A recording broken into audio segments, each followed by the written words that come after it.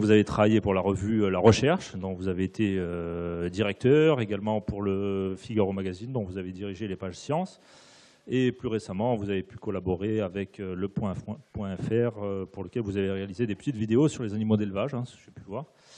Vous avez été jusqu'à très récemment, en outre, président de la Fondation Ibsen, hein, une entreprise pour laquelle vous avez travaillé tout au long de votre carrière. Cette fondation s'occupe de promouvoir la recherche scientifique de pointe, neurosciences, endocrinologie, et de trouver des applications à ces recherches pour lutter contre des maladies comme le cancer ou la maladie d'Alzheimer, par exemple.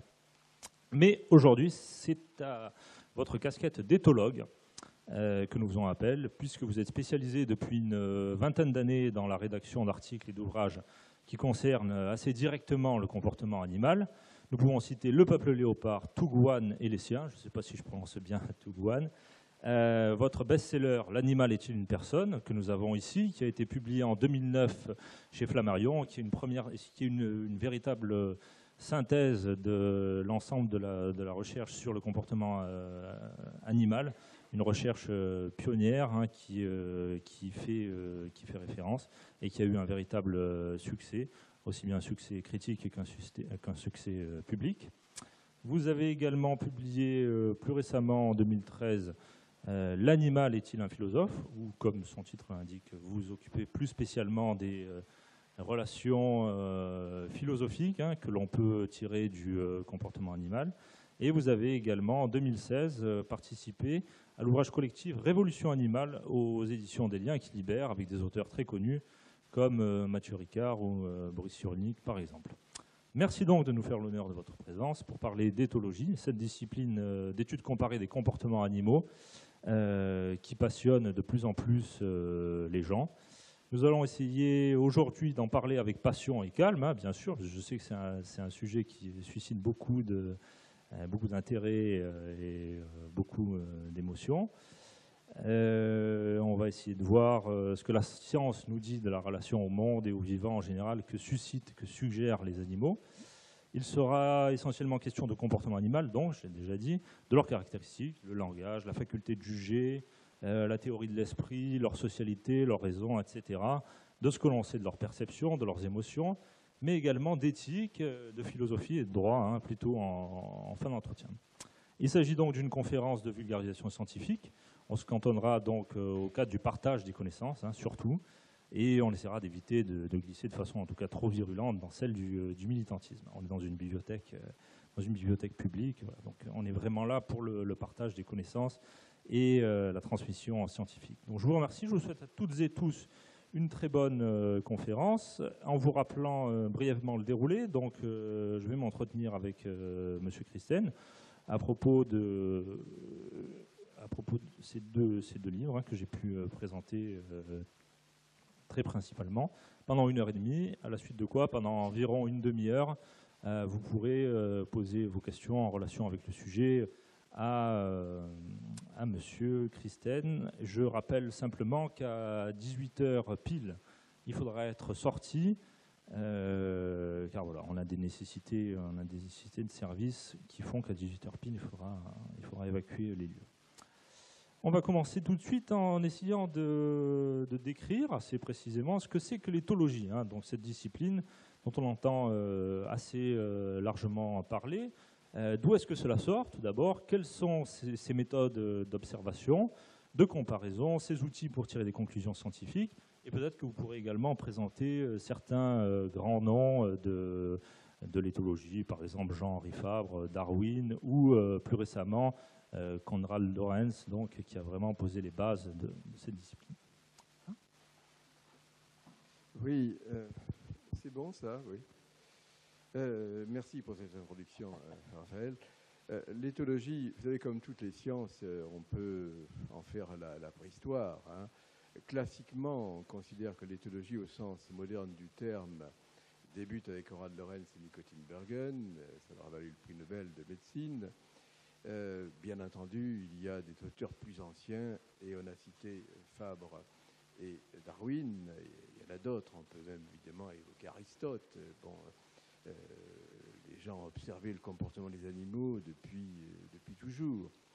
Ce qui fonde quand même, ce qui fait un peu le point de rupture avec Konrad Lorenz et Nico Tinbergen, c'est le désir d'en faire une science objective qui dépasse le cadre de l'anecdote. Il est sûr que Fabre, par exemple, est un auteur admirable, à la fois comme écrivain et comme entomologiste, mais il y a une très forte charge anecdotique dans ce qu'écrit Fabre, mais même dans Darwin, qui est un géant, peut-être le plus grand de tous, mais Darwin, les propos de l'éthologie de Darwin relèvent en grande partie de l'anecdote. Je pense, par parenthèse, on y reviendra peut-être, qu'il ne faut pas considérer en ces matières que l'anecdote est dépourvue d'intérêt. Je crois qu'au contraire, elle est pourvue d'un très grand intérêt. Mais pour ce qui est de la construction des bases d'une science, il est clair qu'il fallait dépasser ces cadres-là, et c'est ce qu'ont fait effectivement Lorenz, Tinbergen et une série d'autres chercheurs de cette époque-là. Quand je dis cette époque-là, c'est les années 50-60. Et cette génération de chercheurs a produit des données qui étaient des données nouvelles, ne serait-ce que la compréhension de ce qu'est l'instinct, encore qu'il y aurait beaucoup à dire quant à savoir si on a une idée aujourd'hui très claire de ce qu'est l'instinct. Mais enfin, en tout cas, ça a été quand même un saut assez important dans cette affaire-là, et ont montré notamment la très grande importance des comportements innés, d'ailleurs chez les animaux et chez les humains également. Des comportements comme le sourire, par exemple, c'est dans cette lignée-là de recherche qu'on a pu montrer le caractère profondément inné du sourire chez l'enfant et chez l'humain, et y compris chez les humains aveugles de naissance, n'est-ce pas, qui ne voient donc pas sourire leur partenaire. Également des notions telles que l'importance de la hiérarchie, de l'agressivité, qui suppose également des choses comme la reconnaissance individuelle, n'est-ce pas?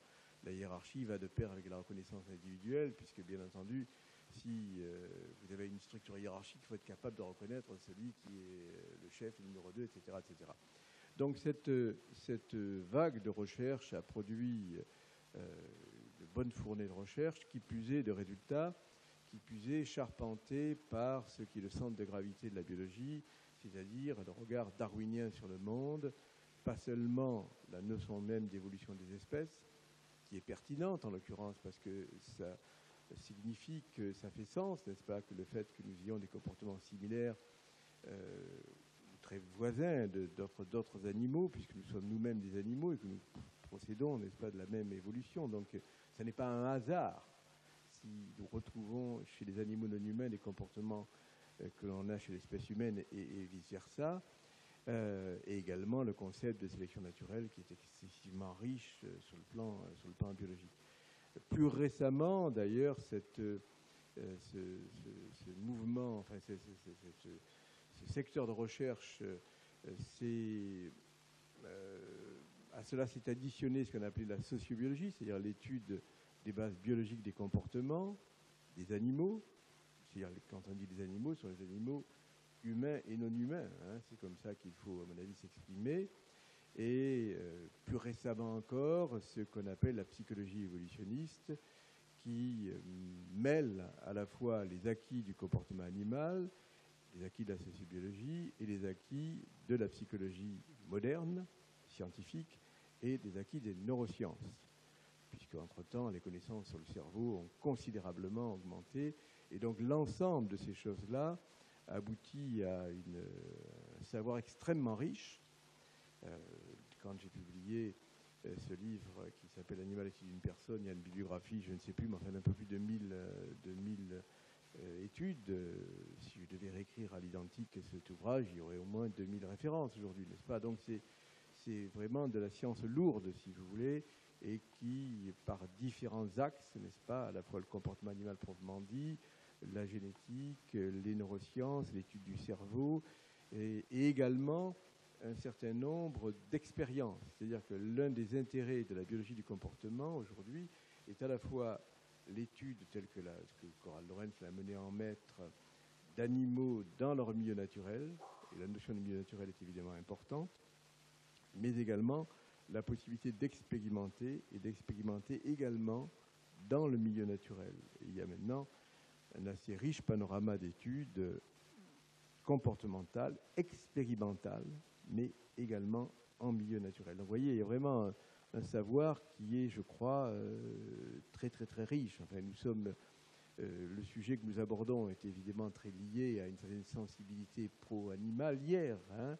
mais par-delà l'émotion, la sensibilité, qui sont d'ailleurs des choses légitimes, le savoir dur, proprement dit, n'est-ce pas, est extrêmement riche. Merci beaucoup. Alors, aujourd'hui, quelles sont les grandes tendances de l'éthologie?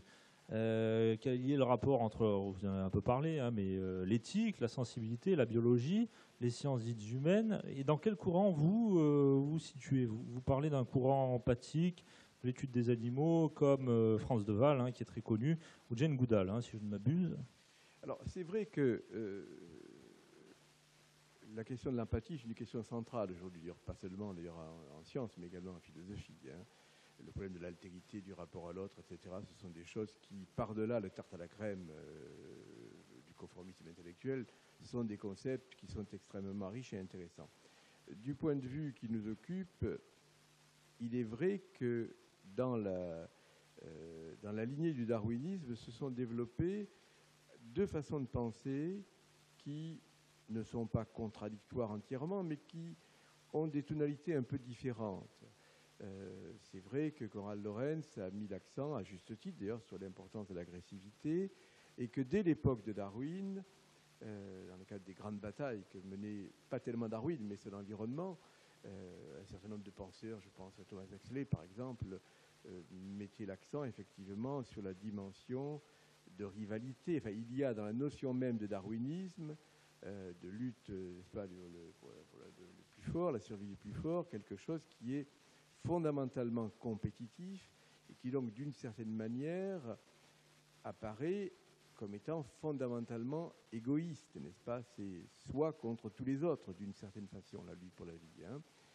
Et il y a un deuxième regard qui est aussi dans Darwin, qui est celui de l'empathie et celui du fait que, de même, il est vrai qu'il y a des comportements agressifs et que c'est essentiel, mais il est vrai aussi qu'il y a des comportements empathiques qui sont non moins importants. Par parenthèse, d'ailleurs, la sociobiologie a réalisé le mariage des deux d'une certaine manière, puisque la sociobiologie est née de la résolution du paradoxe de l'altruisme. Par rapport à ce que je vous ai dit sur le darwinisme, l'altruisme pouvait apparaître comme étant une forme d'anomalie, n'est-ce pas? Si on conçoit un monde qui est la lutte de tous contre tous, pour quelle raison ferions-nous des cadeaux à qui que ce soit d'autre? La sociobiologie a résolu ce paradoxe à travers l'exemple des insectes sociaux et en montrant qu'effectivement, dans le cas des insectes sociaux où vous avez des individus qui ne se reproduisent pas, qui donc génétiquement se sacrifient pour les autres, c'est dans un certain nombre de cas, du point de vue génétique, l'animal qui ne se reproduit pas est bénéficiaire parce qu'il a plus de parenté génétique avec ses frères et sœurs qu'il n'en aurait avec ses éventuels enfants. Donc, je veux dire par là que l'altruisme fait sens. Il fait sens d'abord du point de vue génétique, puisque si vous avez de l'altruisme vis-à-vis de gens qui vous sont génétiquement apparentés, vous voyez, si vous sauvez la vie de deux personnes qui ont chacune la moitié de vos gènes, c'est aussi efficace que de vous sauver votre propre vie. Donc, si vous avez beaucoup d'enfants, etc., vous y gagnez et vous avez intérêt à vous reproduire et à dépérir vous-même. Par-delà l'altruisme purement qui répond à une logique génétique pure, il y a aussi des choses qui relèvent du fait qu'on a intérêt à coopérer avec autrui, parce que bien entendu, on peut espérer qu'autrui va vous rendre la monnaie de votre pièce, hein. Et donc, ce mouvement, au cours des dernières années, là, il y a... La vie intellectuelle est un balancier entre les tendances, et puis ça monte d'un côté, et puis après c'est de l'autre côté. Je pense qu'aujourd'hui, il y a incontestablement un avantage au courant empathique, si l'on peut dire, hein, celui qui met l'accent sur les phénomènes d'empathie, les phénomènes d'altruisme, également avec leur support physiologique à travers ce nouveau concept qui est celui des neurones miroirs, qui est une des découvertes importantes de la neurophysiologie des dernières années, qui a été faite par un Italien qui s'appelle Rizzolatti, qui par ailleurs est un vieil ami en ce qui me concerne. Ce sont des neurones qui s'activent à la fois quand l'animal, vous voyez, ça a été découvert chez les macaques, chez les singes. Hein. Si le singe fait ça, n'est-ce pas, logiquement, un certain nombre de neurones moteurs de son cortex cérébral vont s'activer. Mais l'expérience montre que si ce n'est pas lui qui le fait, mais si je fais, moi, ce même mouvement, les mêmes neurones vont s'activer, n'est-ce pas? C'est-à-dire, du point de vue neurophysiologique, c'est une idée nouvelle, puisqu'on considérait que les systèmes moteurs, les systèmes sensoriels, évidemment, sont tout à fait différents. Donc, vous voyez qu'il y a un support physiologique à être dans la peau d'autrui, pourrait-on dire. Hein, et bien d'autres investigations le confirment. Donc, effectivement, ça fait sens que ce qui se passe, la douleur qui se passe chez autrui, je la ressens moi-même. Et on a montré que, d'ailleurs, dans le monde animal, ces phénomènes d'empathie étaient très largement répandus, bien sûr chez les singes. Tout ce qu'on trouve chez nous se trouve chez les autres singes. Par parenthèse, nous sommes des singes, hein, nous ne sommes pas autre chose que des singes du point de vue biologique. Hein. Mais ça vaut également chez les rats, chez les souris et chez à peu près tous les mammifères, n'est-ce pas? Il y a effectivement ce type de phénomène empathique. Parmi les choses qui sont un peu liées à ça, qui sont parmi les tendances actuelles intéressantes, il y a la notion de réputation, n'est-ce pas? C'est-à-dire que les animaux accordent une grande importance à la réputation qu'ils ont, surtout les animaux sociaux. C'est la raison pour laquelle on dit qu'ils écoutent aux portes, n'est-ce pas? Donc, ça a été notamment bien démontré chez les poissons. C'est intéressant parce que les poissons, en règle générale, on avait tendance à considérer que c'était quand même pas très intellectuel, un poisson, n'est-ce pas? Et il y a notamment chez les poissons dits nettoyeurs, enfin, des expériences très démonstratives du fait que les poissons tiennent à leur réputation. Celui qui ne fait pas le travail, évidemment, acquiert une mauvaise réputation. C'est important parce que là encore, dans une perspective darwinienne un peu simpliste, on peut penser qu'on a intérêt, vous savez, c'est comme le soldat qui va à la guerre et qui laisse les autres aller monter au front, et évidemment, ça prend un avantage, c'est les autres qui sont tués et pas lui. Hein. Mais cette stratégie, pour la guerre, elle peut éventuellement marcher quand même, au moins ponctuellement, mais elle est limitée dans ses effets parce que, bien entendu, vous avez le résultat, ça peut être une mauvaise réputation.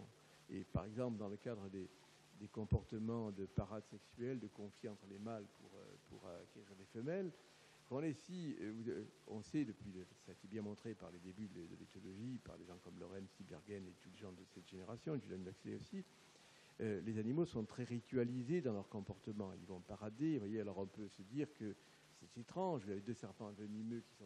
Ça serait tellement facile pour l'un des deux d'aller mordre, n'est-ce pas, de ne pas faire le rite et d'aller mordre son petit camarade. Non, il ne le fait pas parce que s'il le faisait, il aurait une mauvaise réputation et sa victoire lui serait d'aucune utilité. La femelle dirait, mais ce type-là n'est pas fiable puisqu'il ne se comporte pas d'une manière honorable. Donc, vous voyez, il est clairement de l'intérêt d'un animal de songer à sa réputation, surtout si, évidemment, il fonctionne de manière sociale. Hein. Donc, vous voyez, ce sont des concepts relativement nouveaux et qui, en même temps, à la lumière du darwinisme, ont une très forte raison d'être, mais ça renouvelle grandement les concepts d'étude du comportement animal. Très bien, on va continuer un petit peu sur les concepts, puisque vous en croisez deux grands, donc le concept d'animal, dont l'humain fait biologiquement partie, mais dans vos livres, il est essentiellement question quand même d'animaux non humains, et celui de personne, là pour le coup, qui est, disons dans le sens commun, rattaché à l'humain, hein, on parle de personne humaine hein, surtout. Donc là, il y a une provocation et en même temps un acte militant, hein, si on peut dire. Est-ce que vous mettez quel degré vous mettez dans les qualités personnalisantes de tel ou tel animal? D'abord, est-ce que vous en mettez? On pourrait par exemple penser que le chimpanzé est davantage une personne que la mouche. Est-ce qu'il y a des degrés et ces deux concepts-là? Ce concept de personne, je ne l'utilise pas dans un sens militant. J'entends bien que ça n'est pas une connotation qui est neutre. Il est évident que lancer un tel mot dans le commerce des idées, ça n'est absolument pas neutre, bien entendu. Mais ça n'est pas dans mon esprit quelque chose de fondamentalement militant. Je veux dire par là que ça correspond à une réalité profonde, dans la mesure où, d'une part, chaque individu animal est effectivement un individu, mais que de surcroît, il a dans son réseau de relations ils n'occupent pas, enfin, les différents individus n'occupent pas la même place. Vous voyez, on l'a d'ailleurs montré de manière scientifique dans certaines études, par exemple chez les orques, où il est arrivé que, pour différentes raisons, certains spécimens soient enlevés de leurs groupes sociaux, etc. Et on se rend compte que ça reformate l'ensemble des relations sociales. C'est-à-dire, si vous mettez un graphique en mettant l'individu A qui est relié à l'individu B, C, etc., vous faites un ensemble de relations avec des flèches qui vont d'individu à individu, éventuellement avec le degré de, avec la valence, c'est-à-dire le degré d'importance de la relation de tel ou tel à tel, si vous levez tel ou tel individu dans ce schéma-là, vous n'avez pas la même chose, moins ces individus, pas du tout. Le système social se reformate. C'est le champ de relations, exactement comme dans un groupe humain. Vous voyez, vous avez un individu autour duquel tourne un certain nombre de relations entre les autres. Vous levez cet individu du groupe, ça arrive constamment dans une entreprise, parce que tel ou tel part, etc. Le système change, n'est-ce pas? Ce n'est pas simplement quelqu'un qui est levé, c'est que l'ensemble du réseau de relations se modifie. Hein. L'autre élément, c'est que je crois que dans le mouvement, disons, de défense des animaux, pour prendre un concept un peu général, beaucoup de gens, notamment dans une perspective écologique, ne perçoivent pas véritablement cela. C'est-à-dire que l'un des éléments importants du débat de l'écologie concerne la biodiversité, le maintien, la survie des espèces, notamment les espèces menacées, etc. Mais le monde vivant, ce n'est pas uniquement une quantité de biomasse, une quantité de vie en quelque sorte, n'est-ce pas?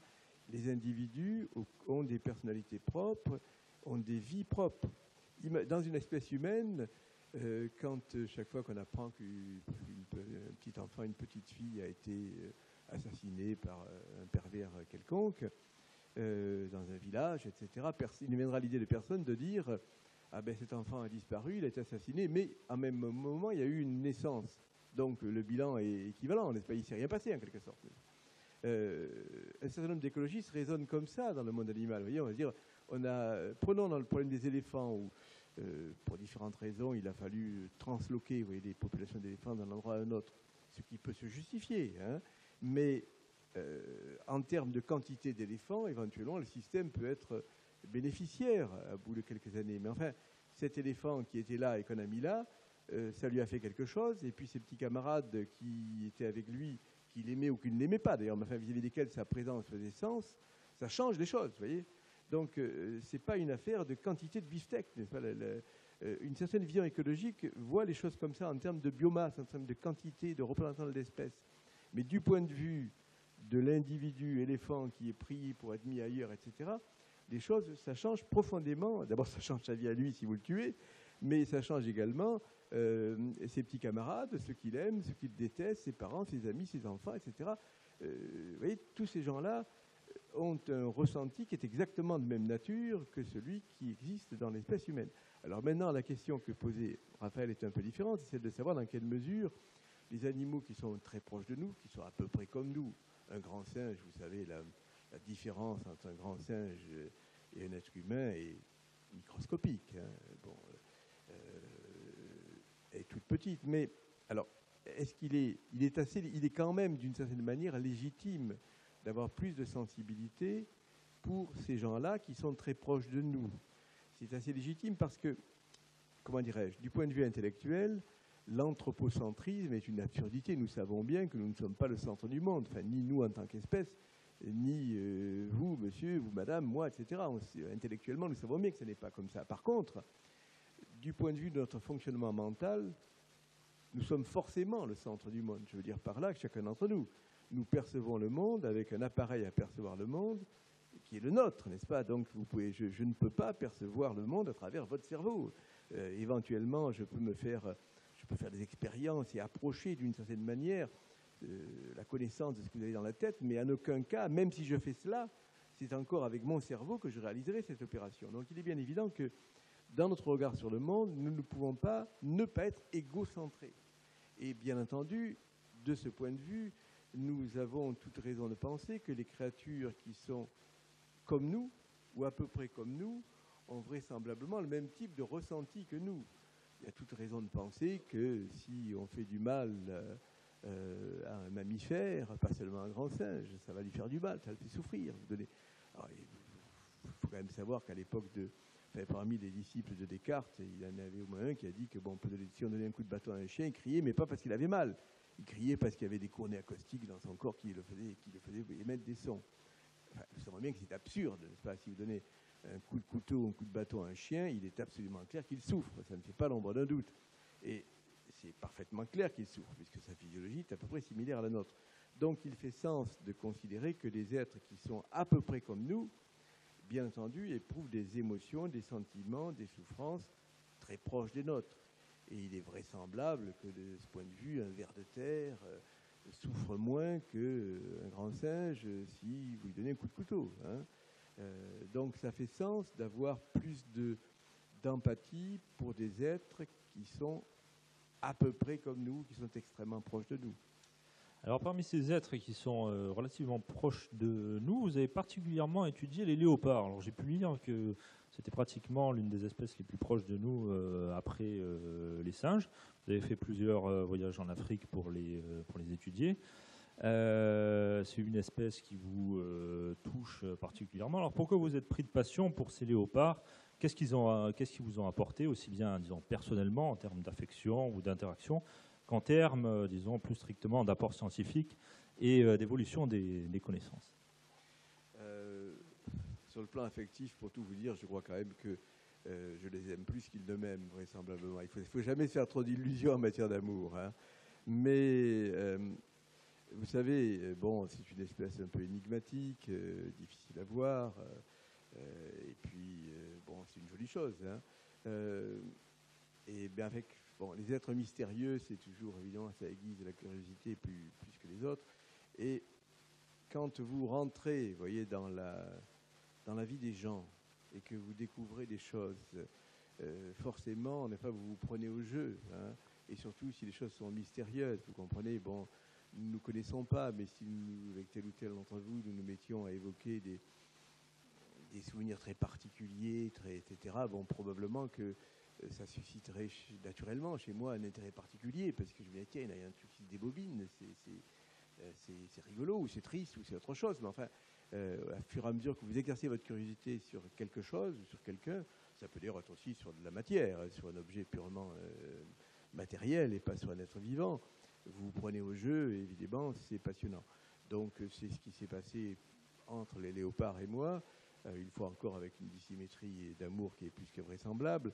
Et bon, j'ai eu la chance de découvrir beaucoup de choses qui n'avaient jamais été découvertes auparavant, et donc ça donne effectivement un intérêt, en plus de la beauté de l'objet.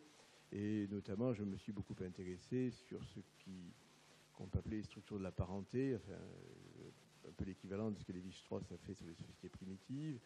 Et je pense qu'un travail similaire mérite d'être fait d'ailleurs pour n'importe quelle espèce animale. Ça a été un peu fait chez les primates, notamment chez les babouins et chez les chimpanzés, et chez les macaques aussi.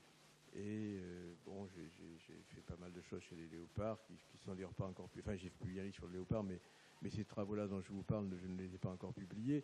Donc il est clair que là, c'est la logique de la recherche et de la découverte de choses nouvelles. Vous voyez que vous vous laissez entraîner quand vous étudiez quelque chose, vous laissez entraîner par l'objet de votre étude. Et d'une certaine façon, je ne doute pas que tout soit passionnant dès lors que vous le décortiquez, y compris des choses qui vous paraissent sans intérêt.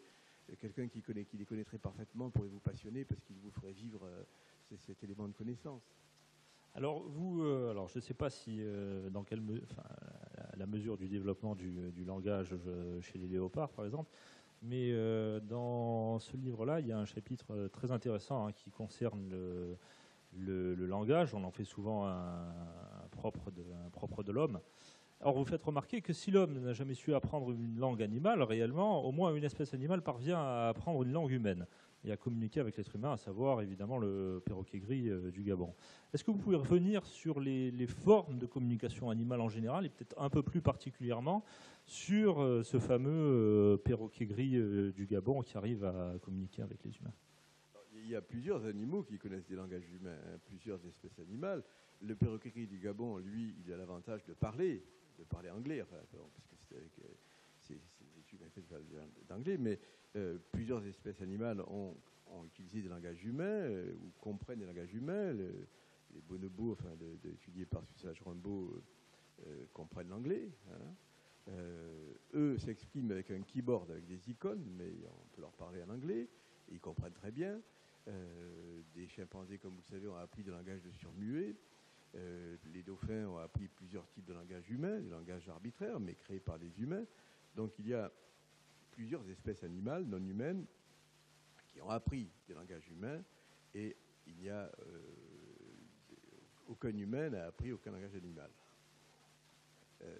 C'est une chose quand même assez...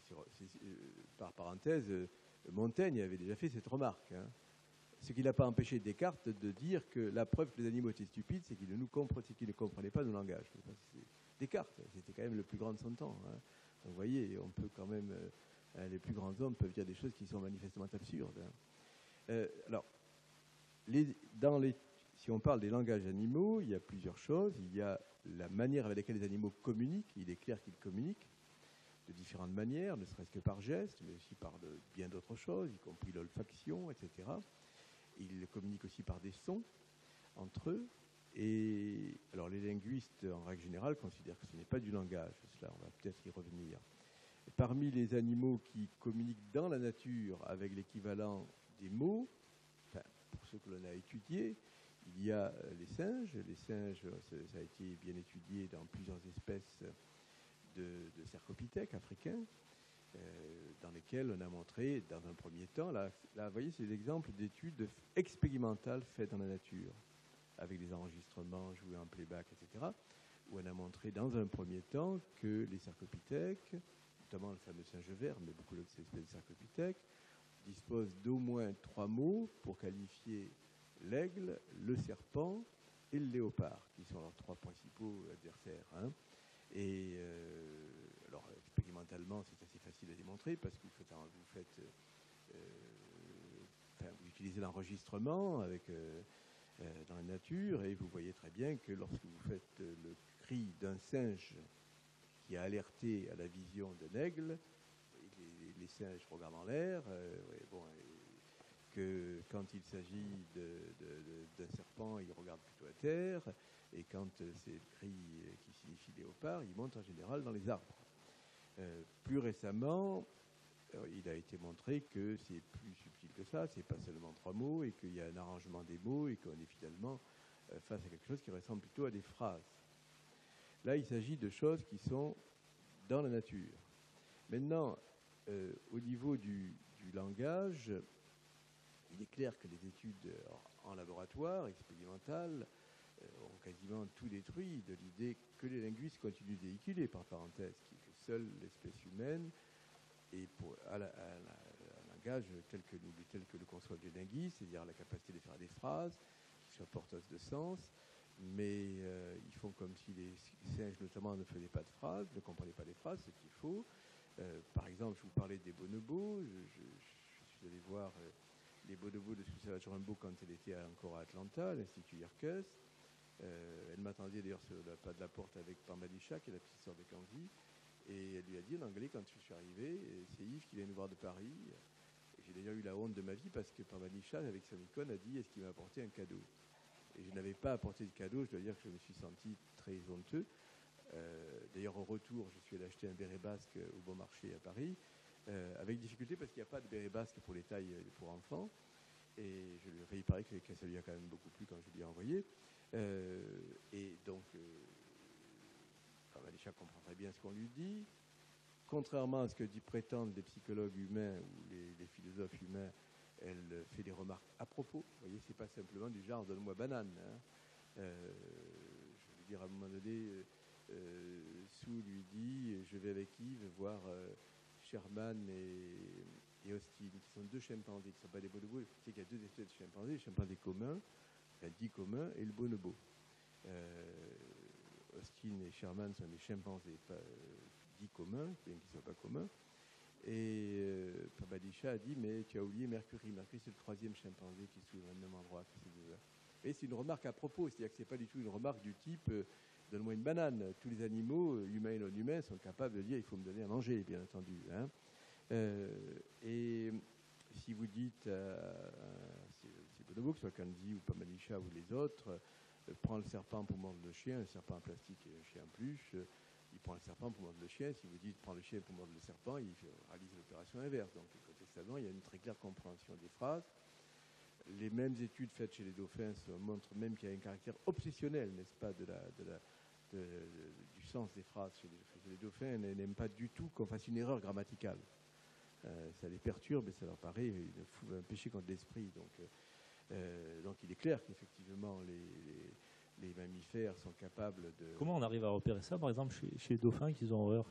Alors chez les dauphins, il y a eu un type qui s'appelle Hermann, a fait plusieurs séries d'études surtout avec deux, dont le principal est une femelle qui s'appelait Akei. Et alors, ça consiste à avoir des langages arbitraires, par exemple, à utiliser une pagaie sur laquelle on peut, la sème de pagaie pour appuyer sur l'un ou d'un côté ou de l'autre, hein. Des choses de ce genre, vous voyez, donc ils sont pas du tout, c'est pas la parole, hein. C'est un système arbitraire, un petit peu comme lorsqu'on a fait des études avec les grands singes, avec les chimpanzés, les orang-outans, les gorilles, sur des langages par geste, en utilisant les langages des surmuets humains, hein, qui là aussi ont montré quand même une assez grande facilité de communication.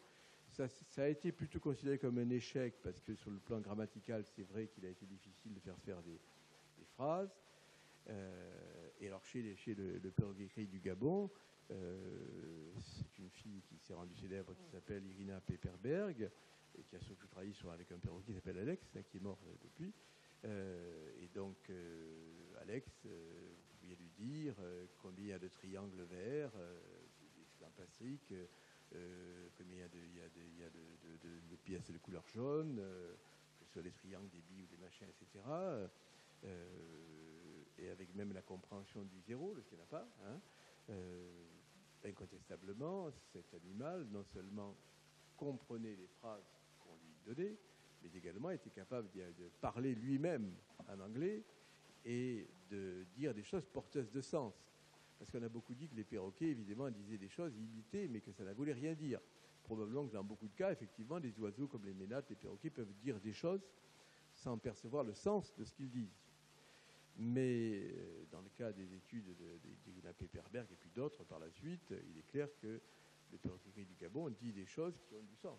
Donc on ne voit vraiment pas à quels égards on pourrait considérer que ça n'a pas de sens. Alors, depuis, je vous disais que les linguistes refusaient d'accepter l'idée qu'il y a des langages chez les animaux non humains. Ça a un peu évolué. Je veux dire par là que quand même le grand homme de la linguistique, Chomsky, a un peu évolué dans sa façon de voir. Pas Pinker, qui est son principal disciple, mais Chomsky a tendance à penser qu'effectivement, les animaux non humains ont tout ça sauf la récursivité. La récursivité, c'est le fait de pouvoir emboîter les propositions les unes dans les autres. Vous voyez, je sais que tu sais que je sais, etc., etc. Ce qui fait que ça vous donne une espèce de possibilité d'emboîter les propositions d'une manière infinie. La combinaison la combinatoire des mots et des expressions va de pair avec la richesse de la pensée. Ça, c'est le point de vue de Chomsky et de quelques autres qui pensent qu'il n'y a plus que ça de spécifique de l'espèce humaine. Moi, je pense qu'il n'y a même pas ça, pour au moins deux types de raisons. D'une part, le fait qu'il y a clairement de la récursivité dans les communications de certains oiseaux, où là, ça a été montré expérimentalement, mais également par le fait que dans l'espèce humaine, il y a des études intéressantes qui ont été faites par un missionnaire linguiste qui s'appelle Everett, dans une tribu d'Amazonie, et où il estime qu'il n'y a aucune forme de récursivité dans cette population humaine. C'est un type très intéressant, cet Everett. Hein. Il est parti comme missionnaire avec sa femme donc, pour enseigner le christianisme à ces Indiens, qui l'ont écouté avec beaucoup de politesse, mais qui lui ont posé des questions. Il dit, mais ce Dieu-là, tu le connais, tu l'as déjà rencontré? Ah ben non, et ton père, il l'a rencontré? Ben non, et au bout de quelques temps, Everett s'est rendu compte qu'il racontait des choses totalement irrationnelles aux Indiens et que ce qu'il leur disait était... qu'eux, par contre, lui donnaient des propos parfaitement rationnels. Donc il a perdu la foi, et comme beaucoup d'ecclésiastiques ont perdu la foi, il a mis pas mal de temps pour se l'avouer, et plus encore pour l'avouer à sa famille, à sa femme. Et il a fini par le faire, ce qui a été catastrophique pour lui, puisque sa femme n'a plus voulu le voir. et que même ses enfants n'ont pas voulu qu'il puisse rencontrer ses petits-enfants de peur. C'était à quelle époque, ça? Mais non, c'était l'homme contemporain, oui, bien sûr, oui. Aux dernières nouvelles, d'ailleurs, parmi ses enfants, il y en a un qui est professeur d'anthropologie à l'université à Miami, donc c'est pas du tout un abruti. Aux dernières nouvelles, d'ailleurs, il a accepté que les petits-enfants puissent voir leur grand-père, malgré le caractère diabolique du personnage. Donc, vous voyez, c'est un phénomène intéressant, c'est-à-dire que la question de la récursivité, même ça, il n'est pas du tout évident que ce soit une spécificité humaine, puisqu'on le retrouve chez certains animaux, et que, inversement, certaines populations humaines, peut-être, n'ont pas de récursivité. Mais voyez, pour vous faire saisir à quel point les choses sont extraordinaires, c'est que, imaginez, en matière de langage, que l'on sait quand même depuis toujours que les chiens émettent des vocalisations. Les chiens aboient quand même, c'est quelque chose qui est connu pour le moins. Eh bien, ça n'est que depuis très peu de temps qu'on s'est posé la question de savoir dans quelle mesure les aboiements des chiens pouvaient avoir une valeur linguistique, c'est-à-dire dans quelle mesure telle ou telle forme de vocalisation d'un chien pouvait être liée à telle ou telle situation. Et les éléments de connaissance que l'on a vont plutôt dans le sens qu'effectivement, l'aboiement n'est pas simplement une démonstration d'émotion, c'est porteur de sens. Prenez la souris.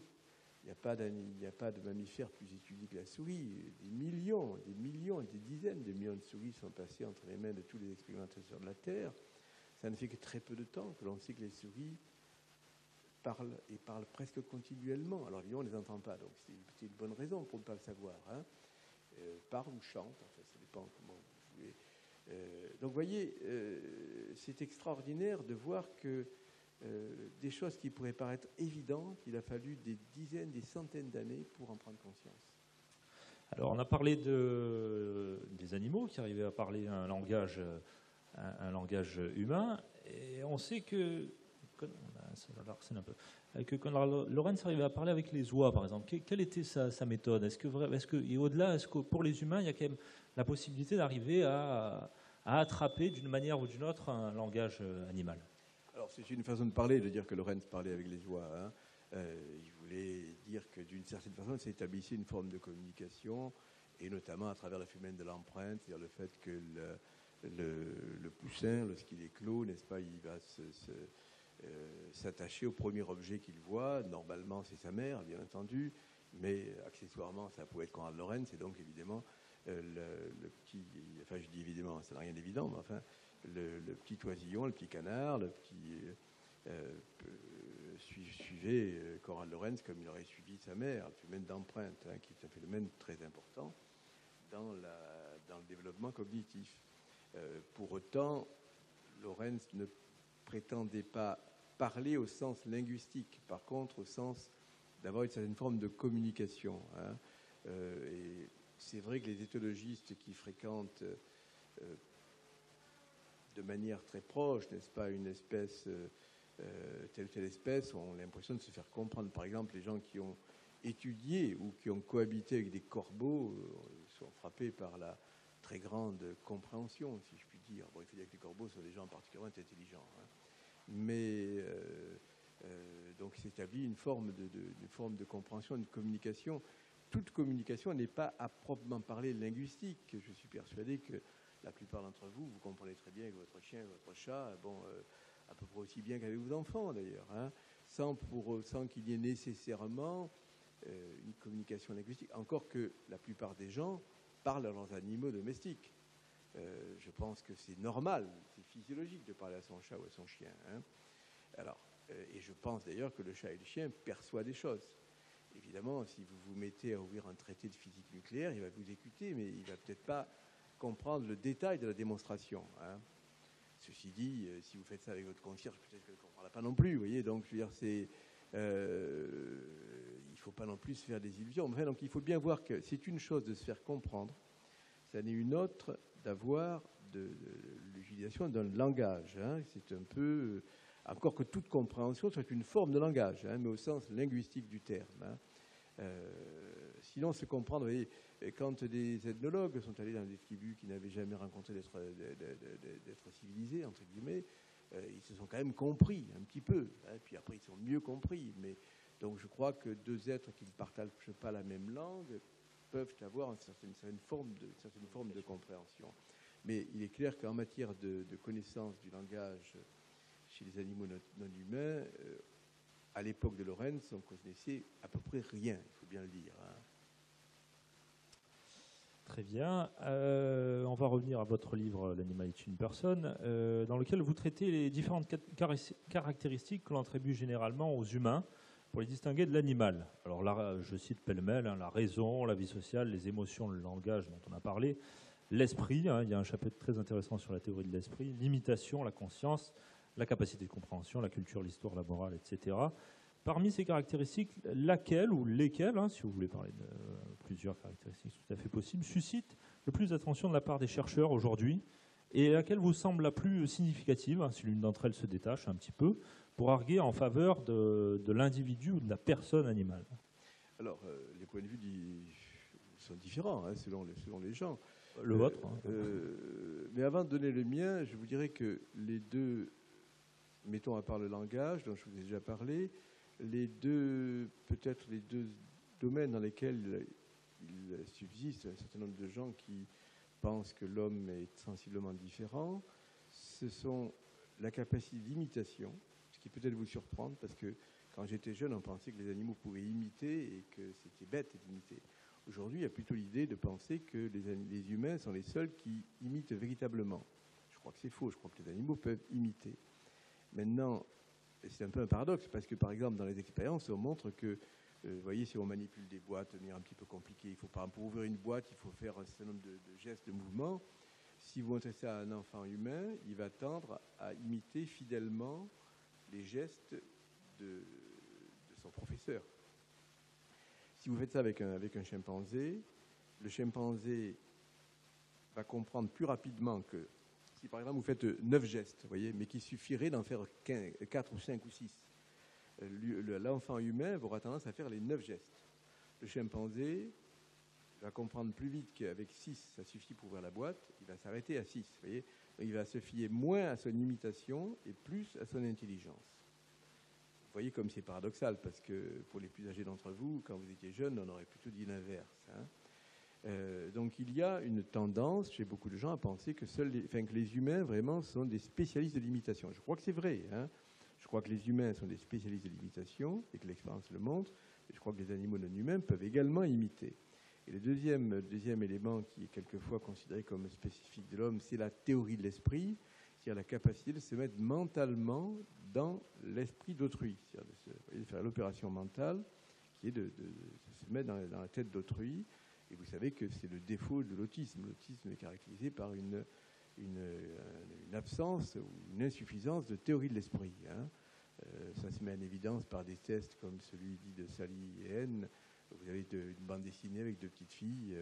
La première, vous voyez sur premier dessin, vous voyez la petite fille qui met un bonbon. Là, il y a deux boîtes dans une boîte, n'est-ce pas? Et puis, deuxième dessin, une des petites filles sort. Troisième dessin, pendant qu'elle est sortie, la petite fille qui reste change le bonbon de place. Et ensuite, la petite fille qui est sortie revient. Et la question que l'on pose dans le test, c'est de dire où la petite fille qui revient va-t-elle chercher le bonbon? Les individus normaux, qui ont une théorie de l'esprit normale, comprennent que ça veut dire où est-ce qu'elle croit que se trouve le bonbon. Par définition, la petite fille qui est sortie croit que le bonbon se trouve là où elle a vu qu'il était mis. Les enfants autistes qui ont un déficit de théorie de l'esprit, puisque eux savent où se trouve le bonbon, on a tendance à dire, la petite fille va trouver là, puisque moi je sais que le bonbon est là. Et bien sûr, la petite fille qui rentre, elle n'est pas censée le savoir. Il y avait des arguments, ça a été un long débat, d'ailleurs c'est toujours un débat que la question de savoir. C'est-à-dire, le concept même de théorie de l'esprit est né avec la question, est-ce que les chimpanzés ont une théorie de l'esprit? Lorsque David Premack a formulé ce concept. Je crois qu'il y a maintenant de très lourds arguments pour considérer que, en particulier les singes, les grands singes, ont effectivement une théorie de l'esprit. Mais c'est quelque chose qui est encore effectivement en débat. Alors maintenant, si vous me posez la question à moi en termes de mes convictions personnelles... Juste, en termes de théorie de l'esprit, quelques exemples qui prouveraient que les singes... c'est tous les exemples qui sont relatifs à la tricherie et à la capacité pour un animal de tricher. Donc on peut le démontrer. Ou par exemple, si vous voulez, des tests qui ont été faits à la fois chez les humains et chez les grands singes, où il s'agit d'ouvrir une boîte ou d'ouvrir quelque chose, et vous avez un individu qui va, comment dirais-je, ouvrir la boîte. Normalement, on ouvre avec la main, bon, mais qui va l'ouvrir par exemple avec son pied ou avec sa tête. Eh bien, le comportement est différent selon que, vous voyez, si l'animal ou l'enfant normal voit que l'individu qui ouvre avec sa tête la boîte le fait parce qu'il a les mains occupées et que donc il ne peut pas le faire avec sa main, il aura tendance, lui, lorsqu'il va devoir refaire le geste, à le faire avec sa main. Il se dit, bon, inversement, s'il ouvre avec la tête alors que ses mains sont libres, intellectuellement, si on se met à la place d'autrui, ça veut dire qu'effectivement, il y avait quelque chose qui fait que c'est nécessaire d'utiliser la tête pour ouvrir ce truc-là. Hein. Il y a un assez grand nombre d'expériences de ce genre, avec différentes variantes, qui permettent effectivement de voir que l'individu est capable. Alors, d'autres expériences sont, si vous masquez les yeux, voyez-vous, bon, l'animal est capable de voir, de comprendre que vous pouvez lui donner une information ou pas une information, vous voyez. Pour savoir, vous voyez, dans ces expériences où un singe sait où se trouve, veut chercher une friandise, il a affaire à deux humains, il va lui demander à l'un et à l'autre d'aller lui chercher ça, il va s'adresser plutôt à celui qui n'avait pas les yeux bandés, parce que celui-là, il sait qu'il pouvait voir. Donc il y a tout un ensemble d'expériences de ce genre qui, à peu près toutes, montrent qu'au moins chez les grands singes, il n'y a guère de doute aujourd'hui, qu'ils ont effectivement une théorie de l'esprit. J'ajoute à titre personnel que je trouve assez absurde d'imaginer que les animaux, principalement les animaux sauvages, puissent être semblables à des autistes, car si tel était le cas, ils seraient très handicapés dans leur vie personnelle, n'est-ce pas? Un autiste sauvage, c'est un être qui n'aurait pas de chance de survivre. Hein. Donc je crois que c'est déraisonnable d'imaginer une chose pareille. Alors si je reviens à l'idée de votre question pour ce qui est de moi, ce qui me paraîtrait le plus spécifique de l'espèce humaine, je crois qu'il n'y a aucune compétence cognitive, à ma connaissance, qu'on puisse considérer comme étant proprement humaine et uniquement humaine. Par contre, je pense qu'il y a dans la dimension historique de l'espèce humaine quelque chose d'un peu singulier, dans la mesure où il y a une possibilité dans les populations qui ont l'écriture et la lecture, et pas dans les autres, une possibilité de transmission de génération en génération du savoir culturel. Alors, j'ai oublié de vous dire que maintenant, il n'y a plus de doute quant au fait que les animaux ont des cultures, qu'il existe plusieurs centaines, si ce n'est plusieurs milliers d'exemples de cultures animales. Mais dans le cas de l'espèce humaine, par le moyen de l'écrit, il y a une possibilité de transmission considérable, évidemment, du savoir d'une génération à l'autre. Et je pense d'ailleurs que la dimension historique de l'espèce humaine est plus forte. Je pense qu'il y a une dimension historique, n'est-ce pas, des animaux non humains. On pourra en parler si vous le souhaitez, mais je crois que clairement, dans l'espèce humaine, alors là, y compris dans des sociétés qui n'ont pas d'écriture, une assez forte dimension historique avec des mythes qui sont racontés de génération en génération, qui sont sûrement déformés, enfin peu importe. Ils se racontent des choses qui sont transgénérationnelles. On ne sait pas très bien d'ailleurs ce que les grands singes peuvent se raconter entre eux comme de ce point de vue-là. Hein. Je crois qu'il faut quand même, en ces matières, être extrêmement prudent sur ce que les animaux non humains savent faire ou ne savent pas faire, puisqu'ils ne nous le disent pas. Hein. Mais peut-être se disent-ils des choses entre eux. Très bien. Alors, je vais maintenant poser une question un peu provocatrice qui concerne les titres de vos livres. Donc, vous y êtes revenu déjà dans plusieurs entretiens que vous avez pu donner à diverses revues et divers médias. J'aimerais qu'on en parle un peu ici. À vous lire un peu d'un œil un peu distrait, on pourrait penser à travers votre vocabulaire, donc l'animal est une personne, l'animal est-il un philosophe, etc., que vous voudriez faire des animaux des êtres humains comme les autres, finalement. Vous acceptez l'anthropomorphisme, ça vous l'avez dit à plusieurs reprises, pour des raisons de pédagogie peut-être, et vous refusez en revanche l'anthropocentrisme, que vous l'avez exprimé très clairement tout à l'heure. Est-ce qu'il n'y a tout de même pas une tendance à la négation des différences animales à travers ce parti pris ?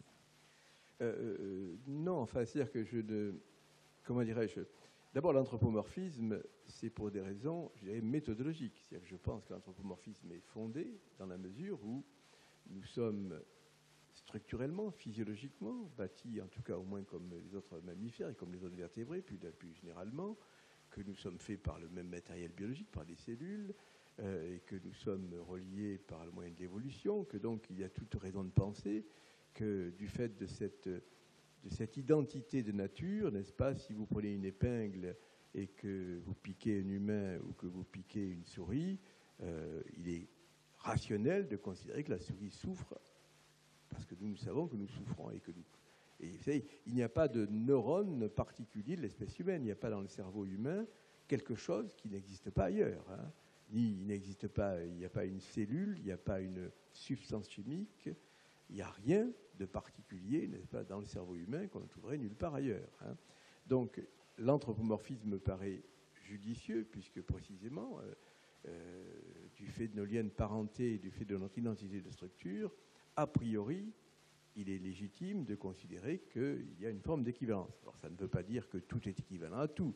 Par exemple, les ailes des oiseaux ne sont pas strictement équivalentes du point de vue embryologique de celles des insectes, etc. etc. Mais encore que ce que je dis là est contestable d'ailleurs. Mais je veux dire que donc, de ce point de vue, il y a une rationalité à l'anthropomorphisme. Pour autant, je ne suis pas en train de dire que tout est pareil que tout. Hein. Je ne crois pas une seule seconde cela. Je ne dis pas que l'espèce humaine est identique. Toutes les espèces, par définition, sont différentes les unes des autres, n'est-ce pas? Mais quand on parle de propre de l'homme, il ne s'agit pas de dire que l'homme est un peu singulier parce qu'il est moins poilu que d'autres mammifères, parce qu'il se tient debout, etc.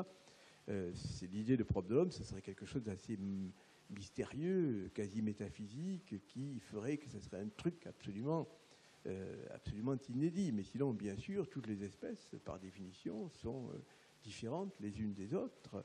Et de ce point de vue, l'espèce humaine est singulière, et même très singulière. Elle l'est d'ailleurs encore plus si on tient compte d'un paramètre qu'on n'a pas évoqué jusqu'à présent, qui est celui de son succès biologique sur Terre. Bon, il est évident que l'espèce humaine a envahi toute la planète. Il n'est pas sûr que ce soit une très bonne chose, du reste. Hein. Mais enfin, c'est un fait que, en tant qu'envahisseurs, on est les meilleurs, enfin, ou les pires, enfin, je ne sais pas comment il faut dire. Mais donc, il y a incontestablement une espèce singulière, et qui, d'ailleurs, même sur des... Je vous ai dit qu'il n'y avait pas de propre de l'homme, mais enfin, il n'est pas montré que le cerveau humain, c'est une machine tout à fait intéressante, extrêmement performante, très énigmatique, avec une combinatoire d'interaction de synapses qui est vertigineuse. Hein. Donc, incontestablement, l'espèce humaine est une chose tout à fait extraordinaire et tout à fait singulière. Hein. C'est pas, bon, l'éléphant aussi est singulier, bonobo, le orang-outan, etc. Donc, mon propos ne vise pas à essayer de dire que tout égale tout. Ce n'est pas du tout ma structure mentale, ça. On va passer maintenant aux questions qui concernent les relations entre philosophie et animaux. Donc, vous avez écrit un livre qui s'appelle « L'animal est-il un philosophe ?» publié en 2013. Alors, pendant très longtemps, à l'exception peut-être de Montaigne, les philosophes n'ont pas été tendres du tout, ni justes, hein, sans doute, avec la diversité et les qualités animales. Est-ce que vous pouvez nous présenter quelques tendances caractéristiques de la philosophie jusqu'à Heidegger, par exemple? Ça change un petit peu aujourd'hui en ce qui concerne la relation aux animaux. Oui, bien sûr. Mais, peut-être qu'auparavant, je voudrais dire un mot de ce livre. Oui, allez-y, j'en prie. Parce que mon but n'était pas de faire un parallélisme entre la biologie et la philosophie. Le sens de ce titre est le suivant. C'est que je crois que les animaux c'est-à-dire les êtres qui possèdent un cerveau, sont par nature des êtres qui développent des conceptions du monde. Alors on peut discuter quant à savoir si un être qui développe une conception du monde est nécessairement un philosophe. Vous trouverez beaucoup de philosophes qui considèrent qu'une philosophie, c'est pas pareil qu'une conception du monde. Et Heidegger, par exemple, vous direz ça, et d'autres aussi. Mais enfin, au stade où je situe la discussion, je propose l'équivalence du fait entre conception du monde et philosophie. Pourquoi je dis que les êtres qui ont un cerveau ont des conceptions du monde, c'est que le cerveau n'est pas ce que les gens croient. Le cerveau n'est pas une machine à photographier le monde, c'est pas un appareil photo, ni une caméra. C'est une machine à concevoir le monde. C'est une machine à faire des hypothèses sur le monde. Et grâce aux organes des sens, ces hypothèses peuvent se trouver validées ou infirmées.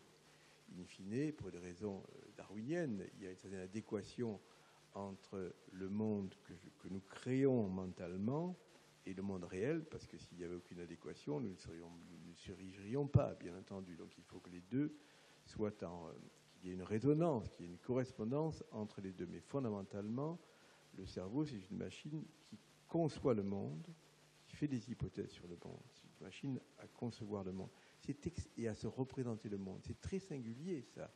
C'est même tout à fait fascinant à y réfléchir. Si vous prenez un caillou, c'est un objet qui, d'une certaine façon, a une forme de mémoire, dans la mesure où vous pouvez prendre un marteau de géologue, vous allez faire un éclat, le caillou portera la trace, pourrait-on dire peut-être la mémoire de ce qui lui est arrivé. Pareil, s'il est soumis à l'érosion, etc., dans les paysages géologiques. Mais donc, on pourrait donc dire qu'il y a une forme d'histoire de ces cailloux, une forme de mémorisation dans le caillou. Mais il n'y a pas à l'intérieur du caillou quelque chose qui se représente le monde extérieur. Nous avons à l'intérieur de nous quelque chose qui représente. C'est-à-dire que le monde extérieur est à l'intérieur. Il ne l'est pas objectivement, puisque le monde que nous percevons, c'est le monde que nous pouvons percevoir, et les différents êtres vivants ne perçoivent pas le monde exactement de la même manière, les couleurs, les voix, etc. Mais, quoi qu'il en soit, il y a cette idée que le monde est à l'intérieur des êtres, des animaux. Hein. Sans quoi, c'est une différence importante par rapport aux végétaux. Il y aurait d'ailleurs beaucoup à dire sur les végétaux, mais enfin, en première approximation, hein, les végétaux n'ont pas de système nerveux, donc ils n'ont pas de machine à créer le monde, à se représenter le monde extérieur. Une fois encore, à la marge, on pourrait discuter de cette chose-là d'ailleurs. Hein. Mais il faut éviter de se situer toujours à la marge, sinon on ne peut rien dire d'à peu près clair. Hein. Et donc ça, c'est vraiment quelque chose d'extraordinairement singulier, n'est-ce pas? C'est indépendant de la question de savoir si on est intelligent ou pas intelligent, n'est-ce pas? C'est le fait d'avoir cette capacité à se représenter le monde. Et cela, une souris, une mouche, ces gens-là ont effectivement un cerveau et donc ont cette capacité. C'est tout à fait singulier. Alors, pour revenir à la question de Raphaël, je pense que si on prend l'ensemble des philosophes depuis Aristote et avant, on va trouver toutes les tendances. Il y a des philosophes qui ont considéré que les humains étaient, que les humains étaient des animaux et que les animaux avaient une âme, ne serait-ce que le concept d'âme d'ailleurs, hein, y compris si vous lisez la Bible, où vous voyez tout le contraire de tout, bien entendu, dans la Bible. Mais enfin, par moment, vous pouvez avoir l'impression que comment dirais-je, que l'animal n'est rien, parce que, bon, soumettez la terre, hein, et vous pouvez aussi avoir l'impression que la caractéristique de l'âme, c'est ce qui se rapporte aux animaux. Donc, vous voyez, vous trouvez à peu près tout. Et certains philosophes ont été plutôt pro-animaliers. Je pense qu'on pourrait considérer Aristote comme un philosophe plutôt pro-animalier. Bien sûr Montaigne. Et on a bien sûr Schopenhauer pour une époque plus récente.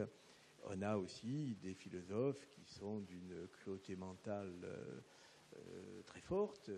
Descartes, encore que Descartes, ça pourrait peut-être se discuter parce que le concept d'animal-machine est très cruel vis-à-vis de l'animal, mais on peut aussi penser que dans les temps où sévissait Descartes, c'était une marche d'escalier pour arriver à l'homme-machine, si vous voulez, sans oser le dire. Hein. Donc, je ne sais pas ce qu'il y avait dans l'esprit de Descartes, bien entendu, mais enfin, on peut formuler cette hypothèse. Parmi les propos les plus anti-animaliers et les plus rigoureux, les plus absurdes, il y a Kant, hein, qui dit je peux dire au mouton, je peux t'arracher ta peau, tu n'es rien, je fais ce que je veux, etc. Bon, ça va jusqu'à l'absurde d'ailleurs, parce que Kant était sûrement pas un imbécile, pas un type très drôle, mais c'était pas un abruti. Hein. Alors, parmi les philosophes contemporains, la figure qu'on cite beaucoup, que j'ai beaucoup citée, c'est évidemment celle d'Heidegger, à propos de cette fameuse phrase que j'ai critiquée à plusieurs reprises, qui est la pierre est sans monde, l'animal est pauvre en monde, l'homme est configurateur de monde.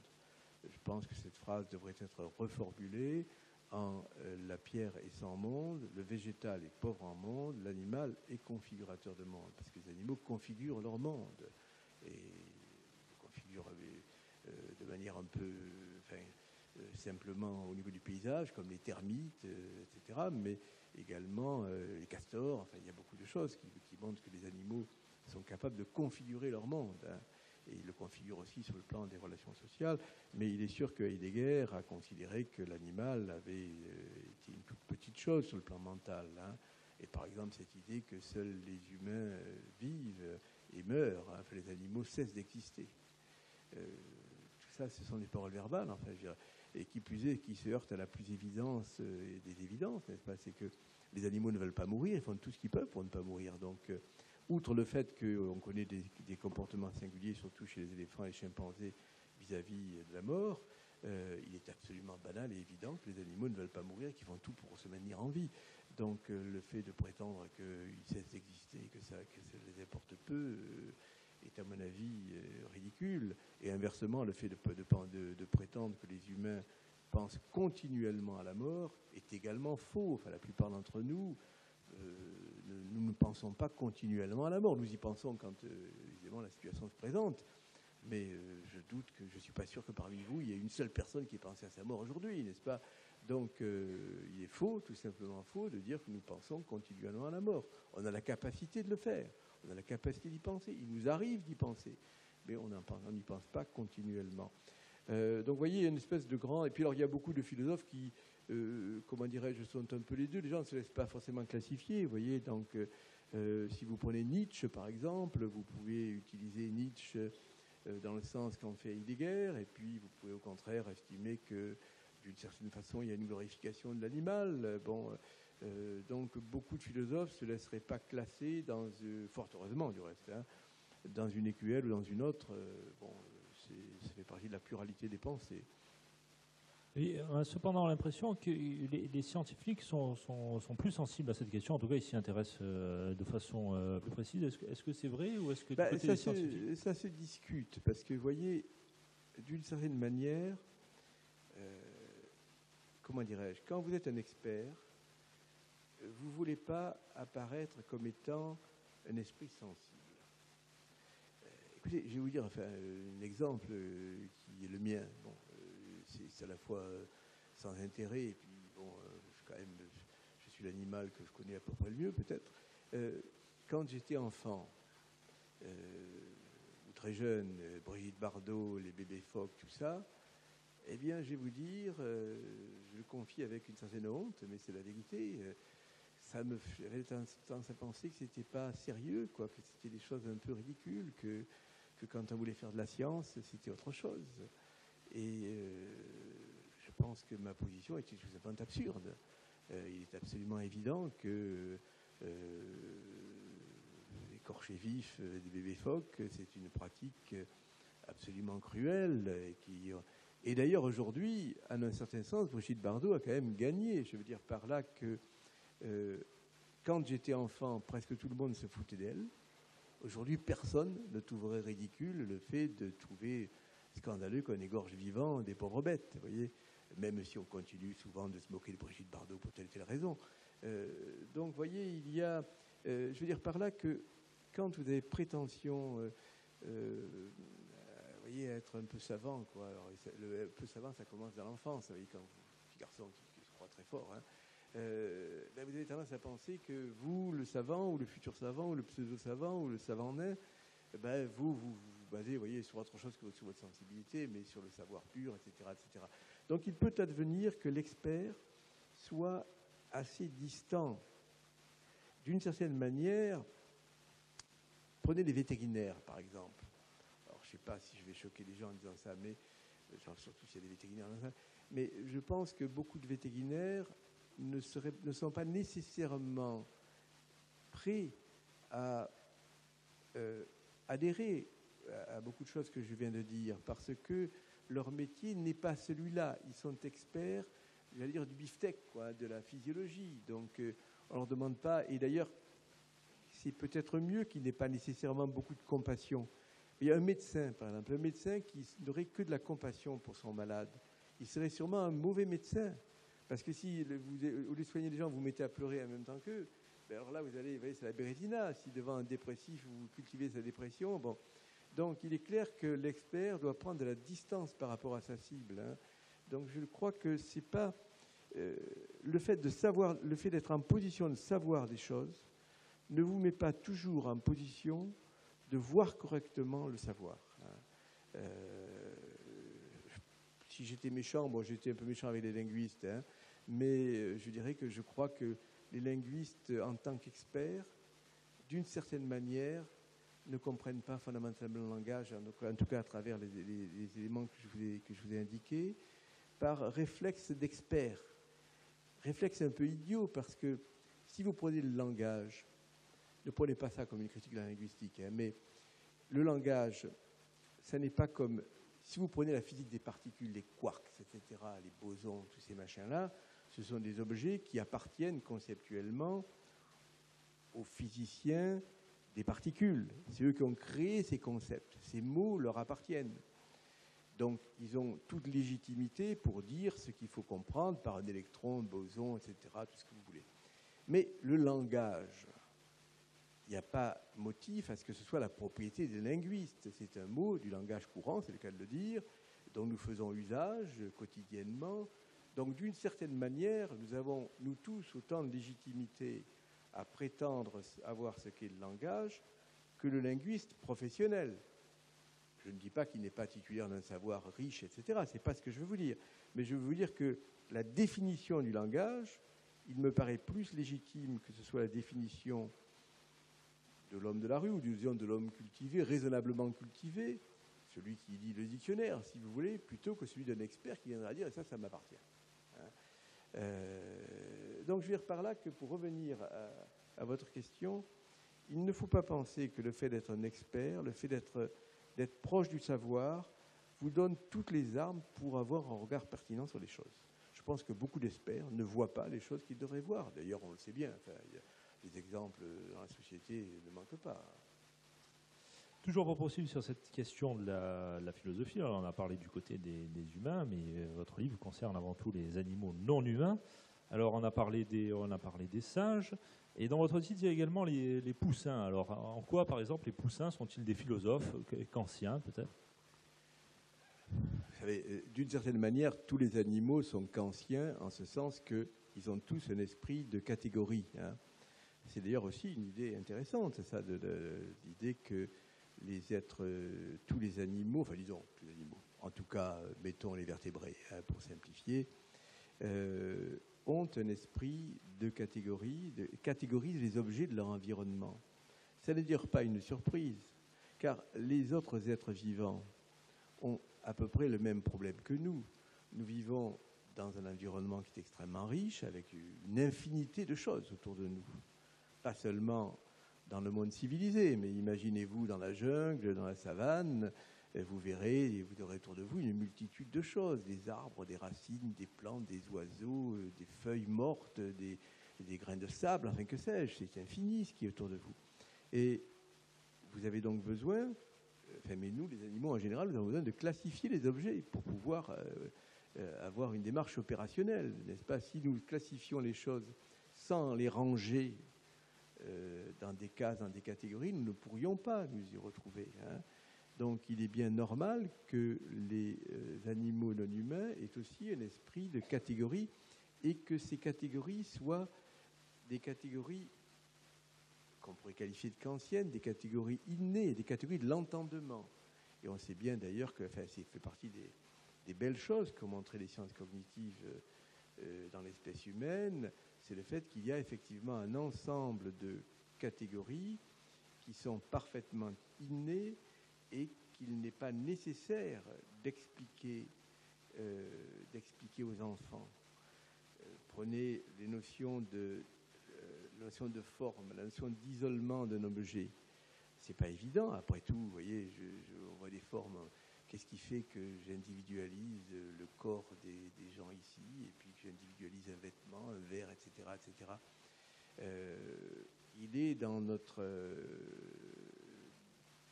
il est inné de comprendre cela.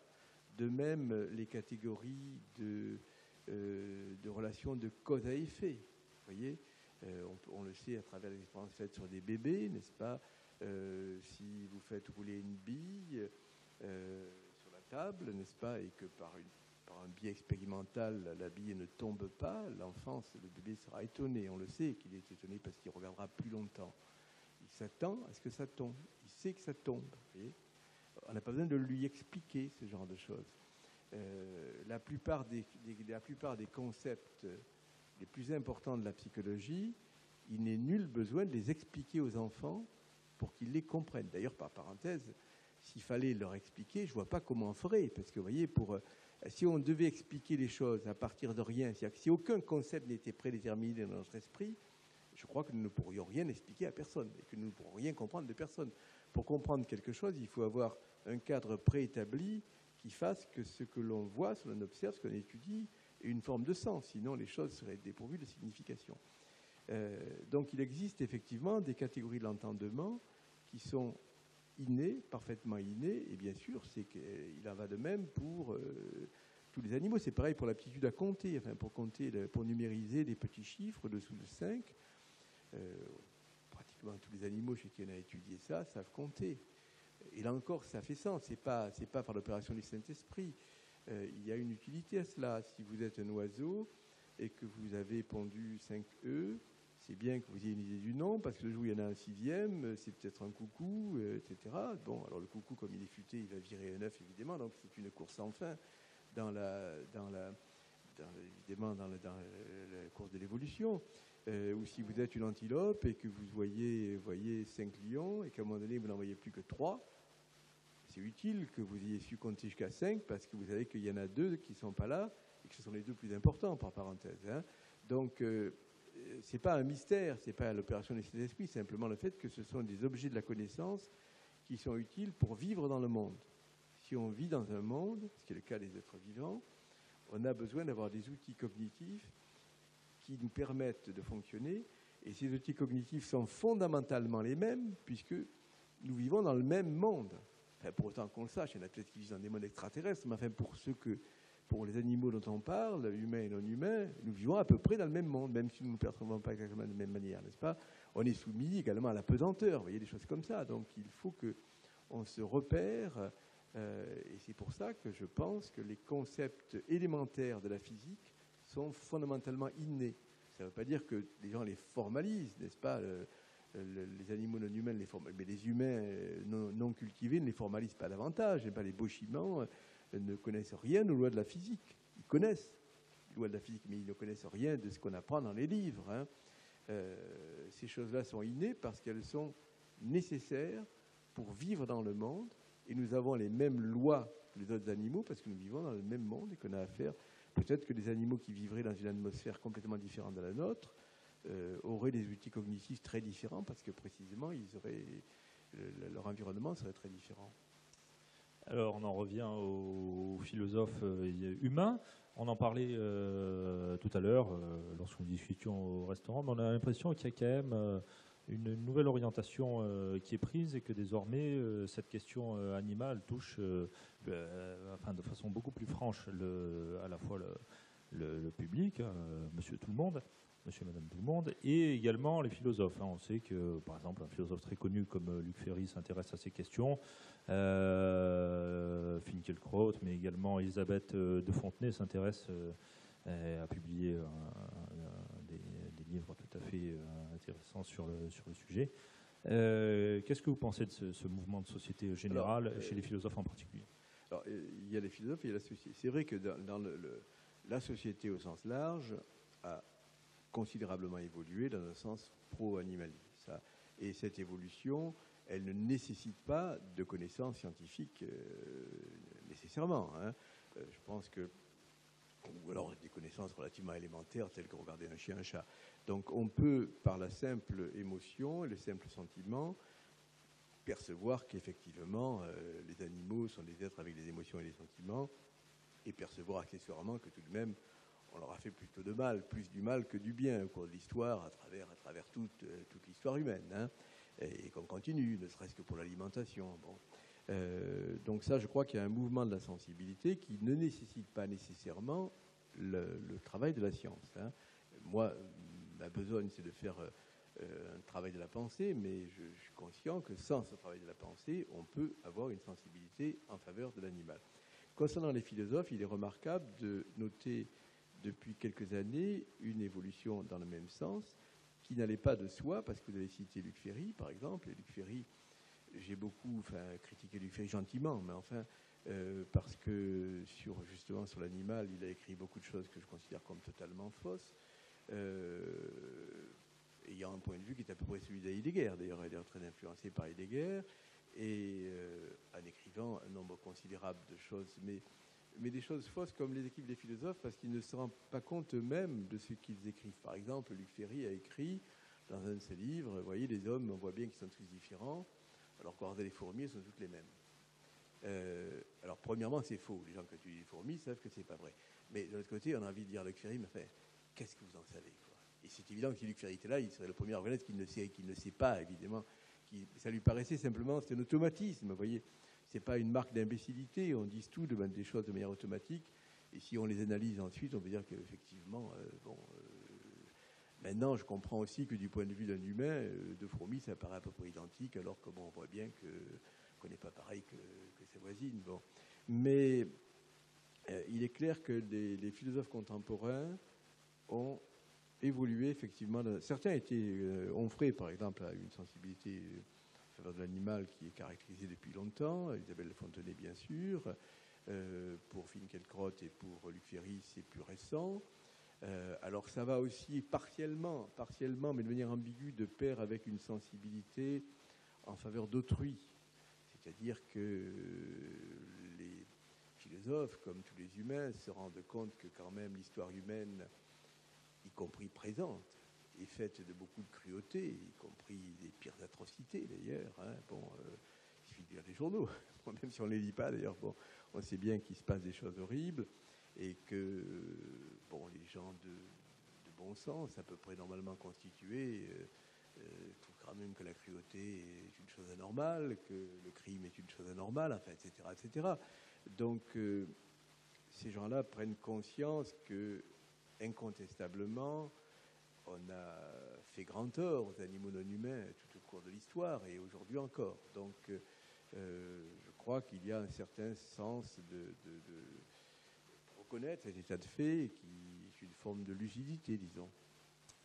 Très bien. Alors, vous avez participé à un appel pour créer un secrétariat d'État à la condition animale, avec des personnalités comme Mathieu Ricard ou Boris Cyrulnik, pour ne citer que les plus connus. Est-ce que vous pouvez nous en parler de cet appel et de l'intérêt d'un secrétariat à la question animale? Je ne suis pas sûr de pouvoir vous dire des choses très intelligentes là-dessus. Hein. Écoutez, j'ai signé ça, oui, mais je ne suis pas sûr. Enfin, bon, évidemment, ce serait plutôt une bonne chose en ce que ça témoignerait d'une prise de conscience au niveau des pouvoirs publics. Hein. La raison pour laquelle j'ai une espèce de réticence, c'est que je trouve qu'en ces matières, on est vite dans la gadgetisation. Vous voyez, hein, on a vu ça avec le secrétariat des droits des femmes, etc. Alors bon, on ne sait pas très bien ce qui est... Enfin, on oscille entre deux extrêmes que je considère comme étant assez pathologiques, qui est d'une part la gadgetisation et qui d'autre part l'approche sectaire, vous voyez, où on fait des espèces d'absolus sur des choses comme ça, avec des dénonciations, enfin presque. Donc je suis pas, vous voyez, je suis pas un forcené de ce genre de choses. Hein. Je pense que ce serait plutôt bien. Je pense que si ça va dans le sens de la prise de conscience qu'il faut se comporter différemment vis-à-vis des animaux non humains, c'est une bonne chose. Ma crainte est que si ça se faisait, je crois que ça se fera d'ailleurs, ça sera un gadget, quoi. C'est-à-dire qu'on prendra un ministre, peut-être plus vraisemblablement une femme qu'un homme, et on lui fera dire du bien des animaux, et bon, voilà, et de temps à autre on prendra comme exemple un méchant à Hollywood ou ailleurs, et puis donc on aura l'archétype d'une espèce d'abruti. Vous voyez, bon, je ne sais pas si ça ira très loin sur le plan du travail de la pensée. Enfin, globalement, ce serait plutôt une bonne chose. Et en ce qui concerne les grandes questions autour des animaux, hein, que tout le monde se pose à propos de l'élevage, des abattoirs, la domesticité ou la consommation des animaux, est-ce que vous avez une opinion de société, de citoyen, ou est-ce que vous restez sur le terrain? Oui, non, j'ai bien sûr une opinion. Simplement, je me suis efforcé dans mes ouvrages d'éviter de me prononcer sur ce genre de choses, parce que, voyez-vous, quand vous voulez faire un travail de la pensée, dès lors que vous émettez une opinion sur ce terrain, immédiatement, tout le reste passe à la trappe. Vous voyez, si j'avais écrit, par exemple, que la pratique du halal était inadmissible en tant que cruauté, eh bien, personne n'aurait lu une autre ligne que celle-ci. Vous voyez, même si sur un livre de 1000 pages, vous avez une ligne qui dit ça, c'est la seule ligne dont il va être question dans les médias. Et donc, vous ne pouvez plus faire de travail de la pensée. Hein. C'est pour ça que j'estimais que mon travail était d'une autre nature, d'autant plus que il y a là, pour le coup, il y a des groupes militants qui, effectivement, défendent ce type de cause. Et vous avez bien compris que moi, sentimentalement, je me trouve plutôt du côté de la bienveillance vis-à-vis d'animaux, et je pense que les formes de cruauté gratuite, de cruauté tout court, d'ailleurs, devraient être évidemment interdites dans un pays civilisé. Ça me paraît presque une évidence. Hein. Alors maintenant, où commence la cruauté? Qu'est-ce qu'il faut mettre dans le... Qu'est-ce qu'il faut admettre? Qu'est-ce qu'il ne faut pas admettre? Parce que, évidemment, ceux qui sont de l'autre côté ont des arguments. Dans le cadre de...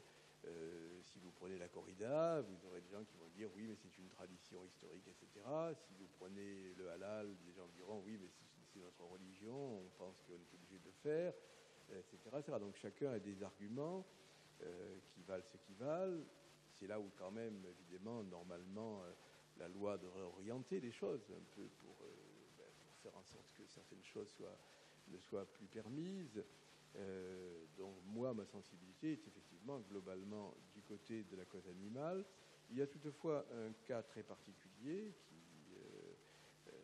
sur lequel mon point de vue, il y a des défenseurs des animaux qui ne sont pas ou ne seraient pas d'accord avec moi, c'est la question de la recherche scientifique. C'est une question compliquée d'ailleurs. Hein. J'ai beaucoup écrit sur la question du modèle animal, parce que la notion même de modèle animal est une notion intéressante du point de vue scientifique. C'est-à-dire que si vous estimez que l'animal est un modèle, ça veut dire que vous reconnaissez qu'il est comme vous. Sinon, ça ne servirait à rien d'utiliser comme modèle, ce serait de la cruauté pure. Je pense que les vraies questions éthiques sont des questions difficiles, dans lesquelles on met en balance, dans lesquelles il y a toujours un problème. C'est-à-dire que la question n'est pas simple, vous voyez.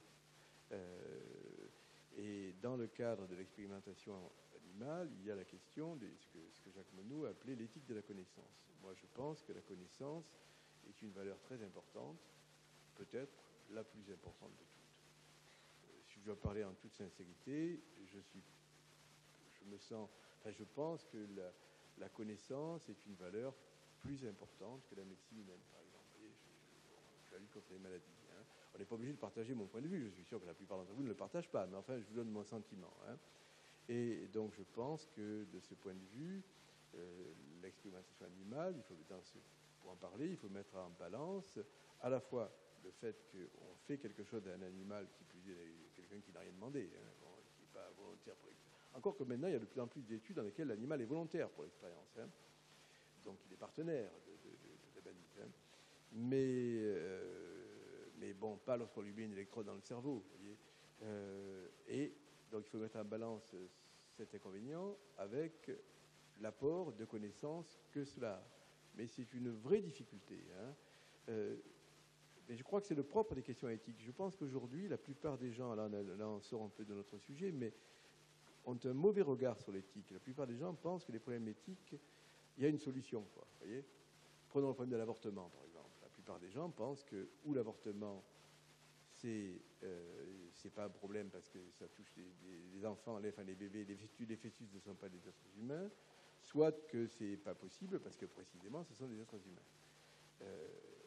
Moi, j'ai un point de vue très différent de ça. Je pense que l'avortement est une chose qui est licite dans notre société. En même temps, je pense que les fœtus sont des êtres humains. Et c'est pour ça que c'est un problème difficile.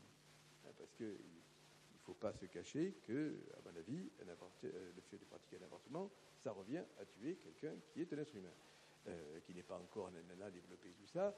Maintenant, je crois qu'il y a des situations dans lesquelles la vie est dure, c'est compliqué, etc., c'est ambigu, etc. Donc je pense que les seules vraies démarches éthiques sont celles qui reconnaissent l'existence de... Lorsqu'on nie l'existence du problème, on est, à mon avis, en dehors de la démarche éthique. Et la question animale doit être mise en parallèle.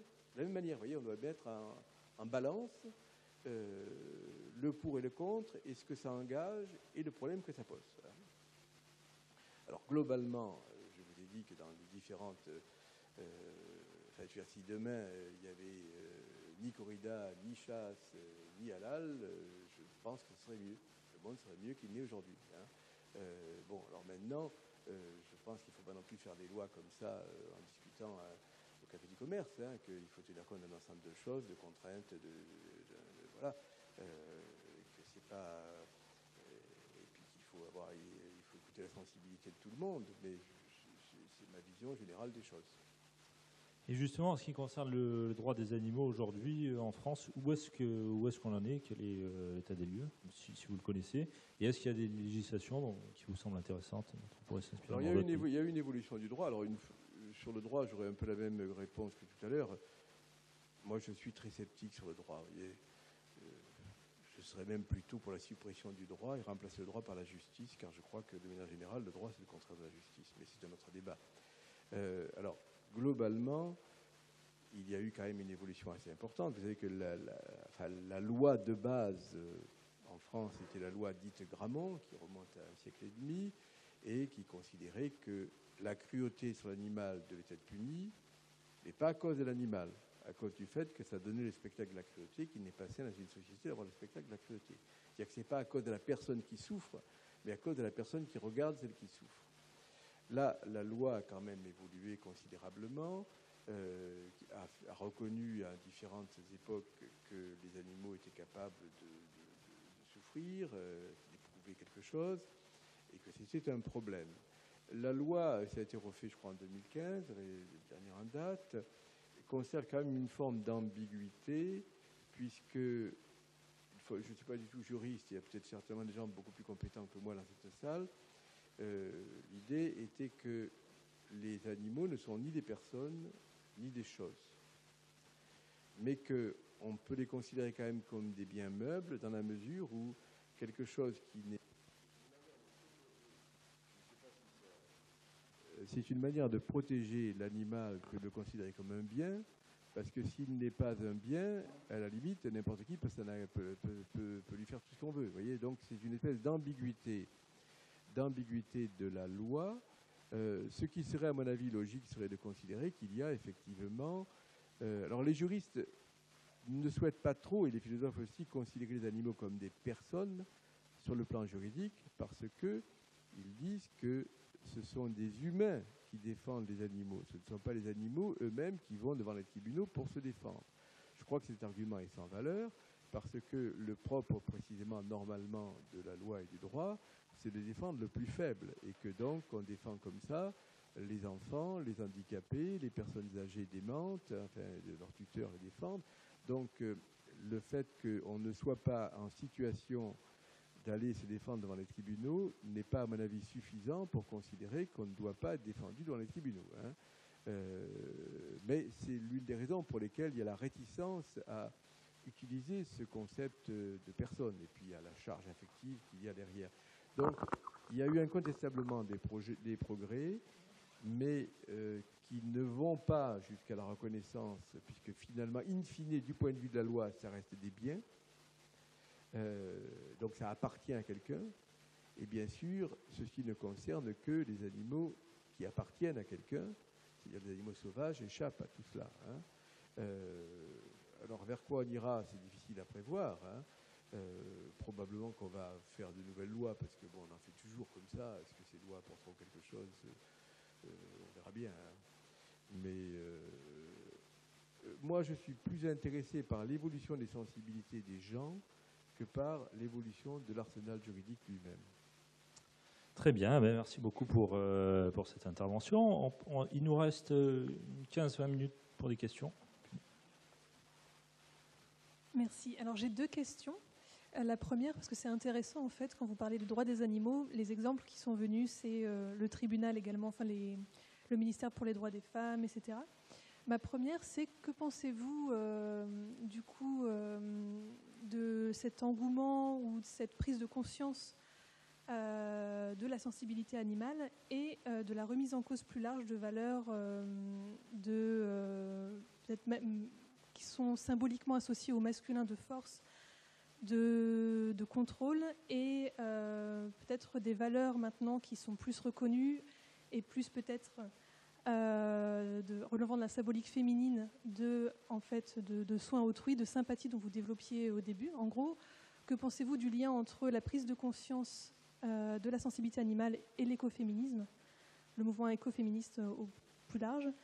Et une autre question, que pensez-vous? Vous avez parlé, du coup, vous comptez plus sur la sensibilité des personnes envers les animaux plutôt que la panel juridique. Que pensez-vous du rôle de la fiction, de la littérature pour la prise de conscience des animaux, et en particulier des œuvres comme celle de John Maxwell Coetzee, La vie des animaux et ce genre de choses? Voilà. Écoutez, il n'y a pas de doute que vous avez raison dans votre première partie de votre remarque concernant le caractère féminin et masculin. Il est clair que... Alors maintenant, c'est devenu très compliqué de parler avec le genre et tout ça. Bon, c'est même plus si un homme a le droit de parler de ces questions-là. Mais globalement, il me paraît clair que du côté masculin, le fait de s'accaparer le monde est plus une stratégie masculine, historiquement et physiologiquement, que féminine. Je crois que c'est clair.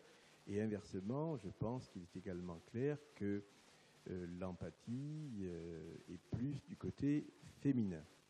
Donc, et de ce point de vue, je crois que vous avez raison, que l'évolution actuelle du regard sur l'animal n'est pas indépendante de l'évolution actuelle dans les relations, dans la question des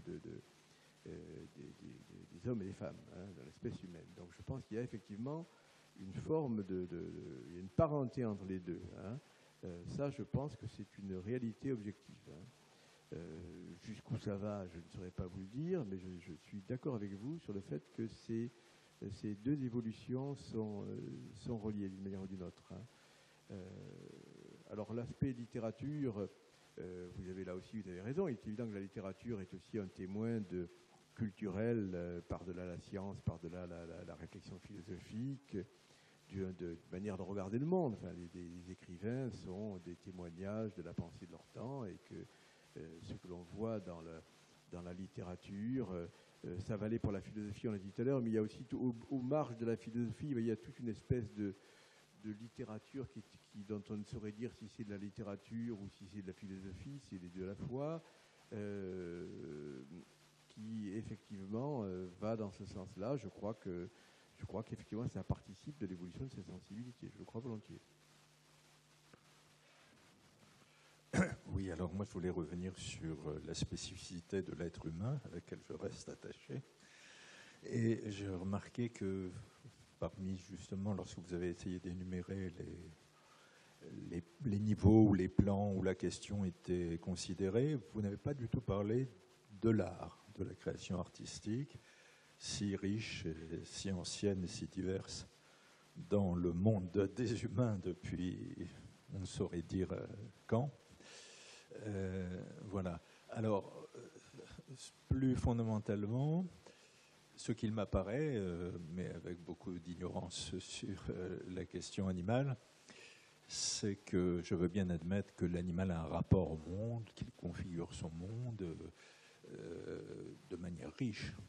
Hein, mais il me semble que cette vision du monde, ou cette perception du monde, elle est, je dirais, figée. Hein, je veux dire qu'elle est constante. dans la vie d'un individu, ou à peu près, ou d'une espèce, et qu'elle ne varie pas tellement au cours du temps. Si je regarde du côté des humains, je vois, et là vous avez quand même, vous l'avez évoqué, il y a l'histoire.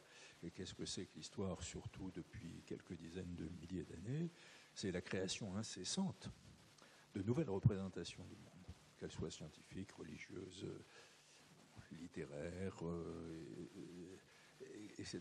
C'est-à-dire la science ne cesse d'inventer de nouvelles connaissances du monde, donc de nouvelles représentations du monde, vous en serez d'accord, mais justement, les sociétés ne cessent d'organiser différemment le vivre ensemble, les règles sociales, et je pourrais multiplier les exemples. Voilà. Écoutez, ce sont deux remarques intéressantes. Alors, la première concernant l'art, ça m'intéresse beaucoup parce que j'avais fait il y a quelques années une conférence devant l'Académie des Beaux-Arts, enfin l'Académie française, sur justement ce que l'on pouvait dire sur la biologie de l'art. Et ça m'intéresse beaucoup parce que l'esthétique, l'art, semble être vraiment l'archétype de quelque chose qui est gratuit. C'est-à-dire que darwiniennement parlant, on peut se demander à quoi ça rime, si vous voulez, à quoi ça sert. Hein. Étant entendu que l'art ne se limite pas à la dimension purement mercantile de vendre des objets et de faire remonter les prix, etc. C'est marginal quand même. Bon. Je pense que c'est une question très intéressante. Le temps va nous manquer pour en débattre trop longtemps, mais mon regard là-dessus est que dans un premier temps, pour faire comprendre ma façon de voir, c'est que je crois qu'il faut établir une relation d'équivalence, disons, entre l'esthétique et le fait de plaire.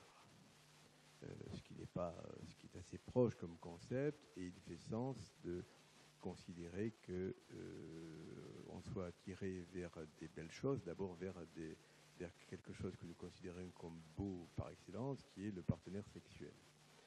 Et parce que ça, biologiquement, évidemment, ça fait sens.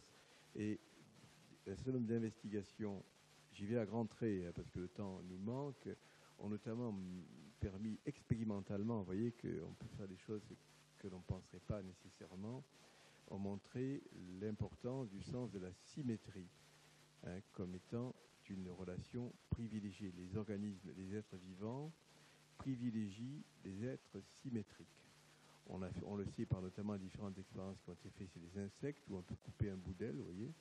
Donc l'animal devient dissymétrique, il plaît moins à ses partenaires sexués. Et vous coupez un petit peu le bout de l'aile de rester normal, donc vous le rendez symétrique, il est 2 fois handicapé mais il est symétrique, eh bien, il va plaire davantage. Donc vous voyez, vous montrez comme ça, par ce type je ne dis pas que tout l'art et que Léonard de Vinci, c'est tout le résumé à travers ça. Hein. Mais donc il y a des concepts forts, comme de même que je vous disais que les lois de la physique sont pour moi des choses qui sont innées dans le cerveau des animaux, un certain nombre de références esthétiques le sont, notamment la symétrie. Pour quelle raison la symétrie est-elle aussi importante? C'est parce que la symétrie, aucun d'entre nous n'est totalement symétrique. Hein. Si vous coupez la tête et que vous la recollez, vous voyez que ça ne vous donne pas. Mais on est quand même globalement symétrique. Et c'est mieux d'être symétrique que pas symétrique parce que ça traduit un bon développement embryonnaire. Lors du développement de l'embryon, vous savez que nous sommes des êtres symétriques par nature, hein, symétrie bilatérale. Lors du développement embryonnaire, il se produit des tas d'accidents, des petits et des grands. Et l'une des conséquences de ces accidents, c'est justement des éléments de dissymétrie. Donc plus l'organisme est symétrique, de manière générale,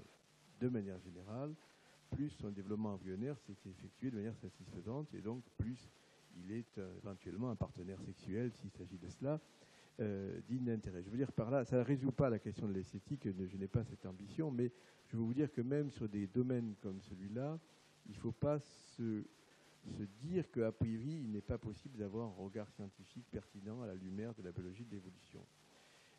Et je crois que c'est légitime parce que tout ce qui concerne les êtres vivants concerne la biologie d'une certaine manière. Alors maintenant, vous parliez du fait que les sociétés humaines seraient les seules qui changent. j'entends ce que vous dites, et il y a beaucoup de pertinence dans ce que vous dites, mais il est faux de considérer que les sociétés animales ne changent pas. Je pourrais vous donner beaucoup d'exemples, un certain nombre d'exemples de sociétés animales qui ont changé. Par exemple, dans une troupe de babouins qui a été étudiée par Zapolsky, où il y avait 2 troupes de babouins vivant près d'un lodge. Les plus agressifs d'une troupe étaient ceux qui osaient le plus venir bouffer les ordures du lodge. Et puis, il y a eu une épidémie qui fait que donc, les plus agressifs sont morts. Et on a abouti à une société de babouins pacifistes, ce qui est rare, les babouins sont en général très agressifs. Et ce qui est intéressant, c'est que les générations suivantes, descendants de ce groupe de babouins, sont également restés pacifistes. Donc vous avez là une forme, enfin pacifiste, relativement pacifiste, entendons-nous bien. Hein. Vous avez là un exemple de changement historique dans le mode de fonctionnement d'un groupe d'animaux non humains. Et d'autre part, si maintenant vous vous mettez du côté des sociétés, mais ça, volontaire ou pas volontaire, c'est autre chose. Hein. Est-ce que tout ce qui se passe sur le plan historique est volontaire? Mais maintenant, si vous vous mettez sur le plan des sociétés humaines, ce que vous dites dans le changement d'abord, le changement de nos représentations, il y aurait beaucoup à dire. Il n'est pas sûr que nos représentations, y compris philosophiques, aient tellement changé depuis l'époque des Grecs présocratiques, mais la science nous donne des éléments de connaissance, etc. Mais ces changements de représentation, dites-vous bien, qui concernent, évidemment aujourd'hui c'est presque toute la planète, mais ils concernent les sociétés technologiquement développées. La société des Bochimans, la société des Yanomami, la société des Indiens des îles Andaman jusqu'à une époque récente, ces sociétés-là n'ont pas évolué de la même façon, n'ont pas évolué technologiquement et scientifiquement. Il s'est passé des choses. Ces sociétés ont une histoire. Il y a des gens qui pensent, qui font des choses, il y a des mythes, il y a des religions, il y a tout ce que vous voulez. Mais en termes de changement de représentation, au sens voyez, de l'évolution, le modernisme, etc., ce n'est pas du tout la même chose. Donc si on devait, en vertu du critère que vous évoquez, comme d'ailleurs de la plupart des autres critères, quand on parle de l'homme qui se différencie de l'animal, si on voulait faire une ligne, imaginez un martien, un extraterrestre, qui ne s'intéresserait pas à notre idée religieuse, philosophique, qui dirait « moi j'observe, je suis un agnostique complet de l'histoire humaine, j'observe, et je veux faire une ligne de démarcation ». Eh bien, il ferait cette ligne de démarcation, non pas entre l'homme et les animaux non humains, il ferait cette ligne de démarcation entre une partie très minoritaire de l'espèce humaine, qui maintenant est majoritaire, mais qui jusqu'à hier était minoritaire, c'est-à-dire les sociétés qui sont devenues technologiques, et le reste de l'espèce humaine. C'est-à-dire que la dichotomie ne serait pas une dichotomie entre l'homme et les animaux non humains, mais serait entre les humains technologiques avec ce que ça a de pathologique, parce que ce sont les mêmes qui détruisent la planète, par parenthèse, mais entre les hommes civilisés, entre guillemets, disons, hein, pour simplifier, et le reste, avec l'immense majorité des cultures humaines qui seraient du côté du non-changement. 90% des cultures humaines seraient du côté du non-changement. Et la plupart d'entre elles sont mortes, ces cultures humaines, mais... Hein? Oui, dans un terme, oui, bien sûr, mais les babouins aussi, je vous dis. Donc, tout le monde change. Tout le monde change. Même les sociétés de fourmis, il y a des changements historiques importants. Oui.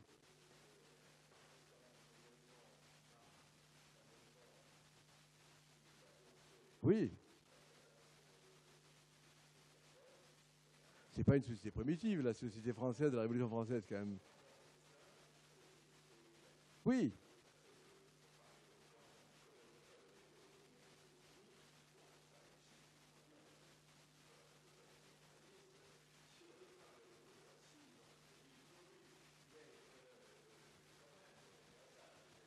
Non, mais enfin, une fois encore, vous êtes d'accord avec moi que la société française, à l'époque de la Révolution française, c'est pas ce qu'on appelle une société primitive. C'est pas une société sans écriture. Il y avait des philosophes, il y avait Rousseau, il y avait Voltaire, il y avait Diderot, il y avait la Métrie, il y avait des quantités de gens. Donc on n'est pas...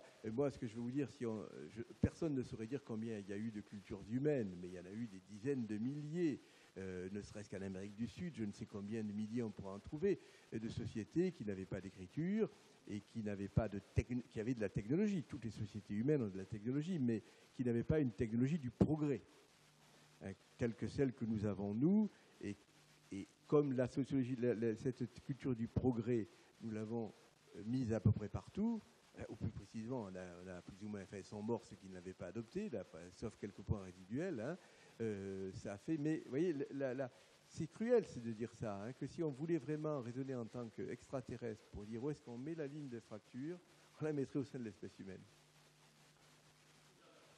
Bonjour, vous mettez beaucoup en avant la pensée, je suis d'accord, mais sur un terme scientifique, on est d'accord que tout ce qui est unité de parenté, par exemple structurale, fonctionnelle et similitudes scientifiques, avec l'évolution, la biodiversité, les axes de polarité, comme vous avez indiqué, le plan de symétrie bilatérale, tout cela témoigne d'une parenté entre les espèces, donc les animaux. Mais est-ce qu'on peut vraiment dire que par rapport à la pensée, on pense, tout le monde pense, mais on peut penser différemment. L'espèce humaine a réussi à acquérir des caractères. D'accord, on a comment on appelle ça, un ancêtre commun, avec des caractères communs, etc. Mais pouvons-nous dire vraiment que tous les animaux ont une pensée pareille que celle des humains? J'entends bien votre question, elle est intéressante. Ah, vous n'avez pas fini? Et la sociologie, est-ce que la sociologie est vraiment une science? Là, vous voulez me faire mal voir des sociologues, mais non, enfin, moi, ce sont deux questions différentes, là. Vous êtes sur deux sujets différents. Je vais faire la seconde avant parce que je crois que il doit y avoir des sciences humaines qui sont pour moi font partie de la biologie puisque ça concerne des êtres biologiques et qu'il est légitime qu'il y ait une sociologie scientifique, de même qu'il y ait une psychologie scientifique. Et il y a des éléments incontestablement de psychologie scientifique, ça c'est sûr. De sociologie scientifique, c'est un peu moins sûr, mais c'est quand même à peu près le cas. Donc, est-ce que toute la sociologie est scientifique? Ce serait de la démagogie que de le prétendre. Nous savons bien que ça n'est pas vrai. Mais il y est normal qu'il y ait une aspiration à une sociologie scientifique. Maintenant, pour revenir sur la pensée, je ne suis pas en train de vous dire que nous n'avons pas la capacité de faire des choses que d'autres espèces animales ne peuvent pas faire. Ce n'est pas ça que je veux vous dire. Ce que je veux vous dire, c'est que la mécanique cognitive, le fonctionnement de l'esprit, le fonctionnement de la pensée, on ne sait pas très bien comment fonctionne la pensée, mais enfin, on a quand même au moins, on ne sait pas ce que c'est que la pensée au point de vue matériel, mais on sait comment fonctionne la pensée. On sait qu'il y a un appareillage neurophysiologique qui fait qu'on pense. Eh bien, ce dispositif-là, ce dispositif-là, il est du même type dans toutes les espèces animales, celles qui ont un cerveau en tout cas, et deuxièmement, le challenge cognitif, le problème cognitif qui se pose aux êtres vivants, humains et non humains, est du même type. Alors, bien entendu, j'entends bien qu'un type qui fait de la physique des particules, dans son environnement propre et proche, il y a des questionnements qui sont très différents de celui de la fourmi ou même de celui de votre grand-tante, probablement. Enfin, je ne sais pas ce qu'elle fait, peut-être qu'elle est physicienne des particules, mais c'est évident que chacun, en fonction de son problème, se trouve à avoir des challenges cognitifs différents. Mais la problématique est la même, c'est-à-dire que nous avons un outil qui pense, pour parler de manière un petit peu bébête et simpliste, et cet outil qui pense, il est dans un monde et il doit résoudre avec cet outil les problèmes qui se posent dans le monde. Le monde pouvant être un petit peu différent pour l'un et pour l'autre. Hein. Donc forcément, il y a une grande similitude de pensée. Maintenant, je ne suis pas en train de vous dire que... C'est-à-dire que je veux dire que les opérations de la pensée sont fondamentalement les mêmes, mais je suis parfaitement conscient que Einstein ou Poincaré se posaient des problèmes que ne se posent pas les fourmis, ni même la plupart des orang-outans. Hein. Je ne dis pas que tout est égal à tout, que tout le monde a la même compétence intellectuelle.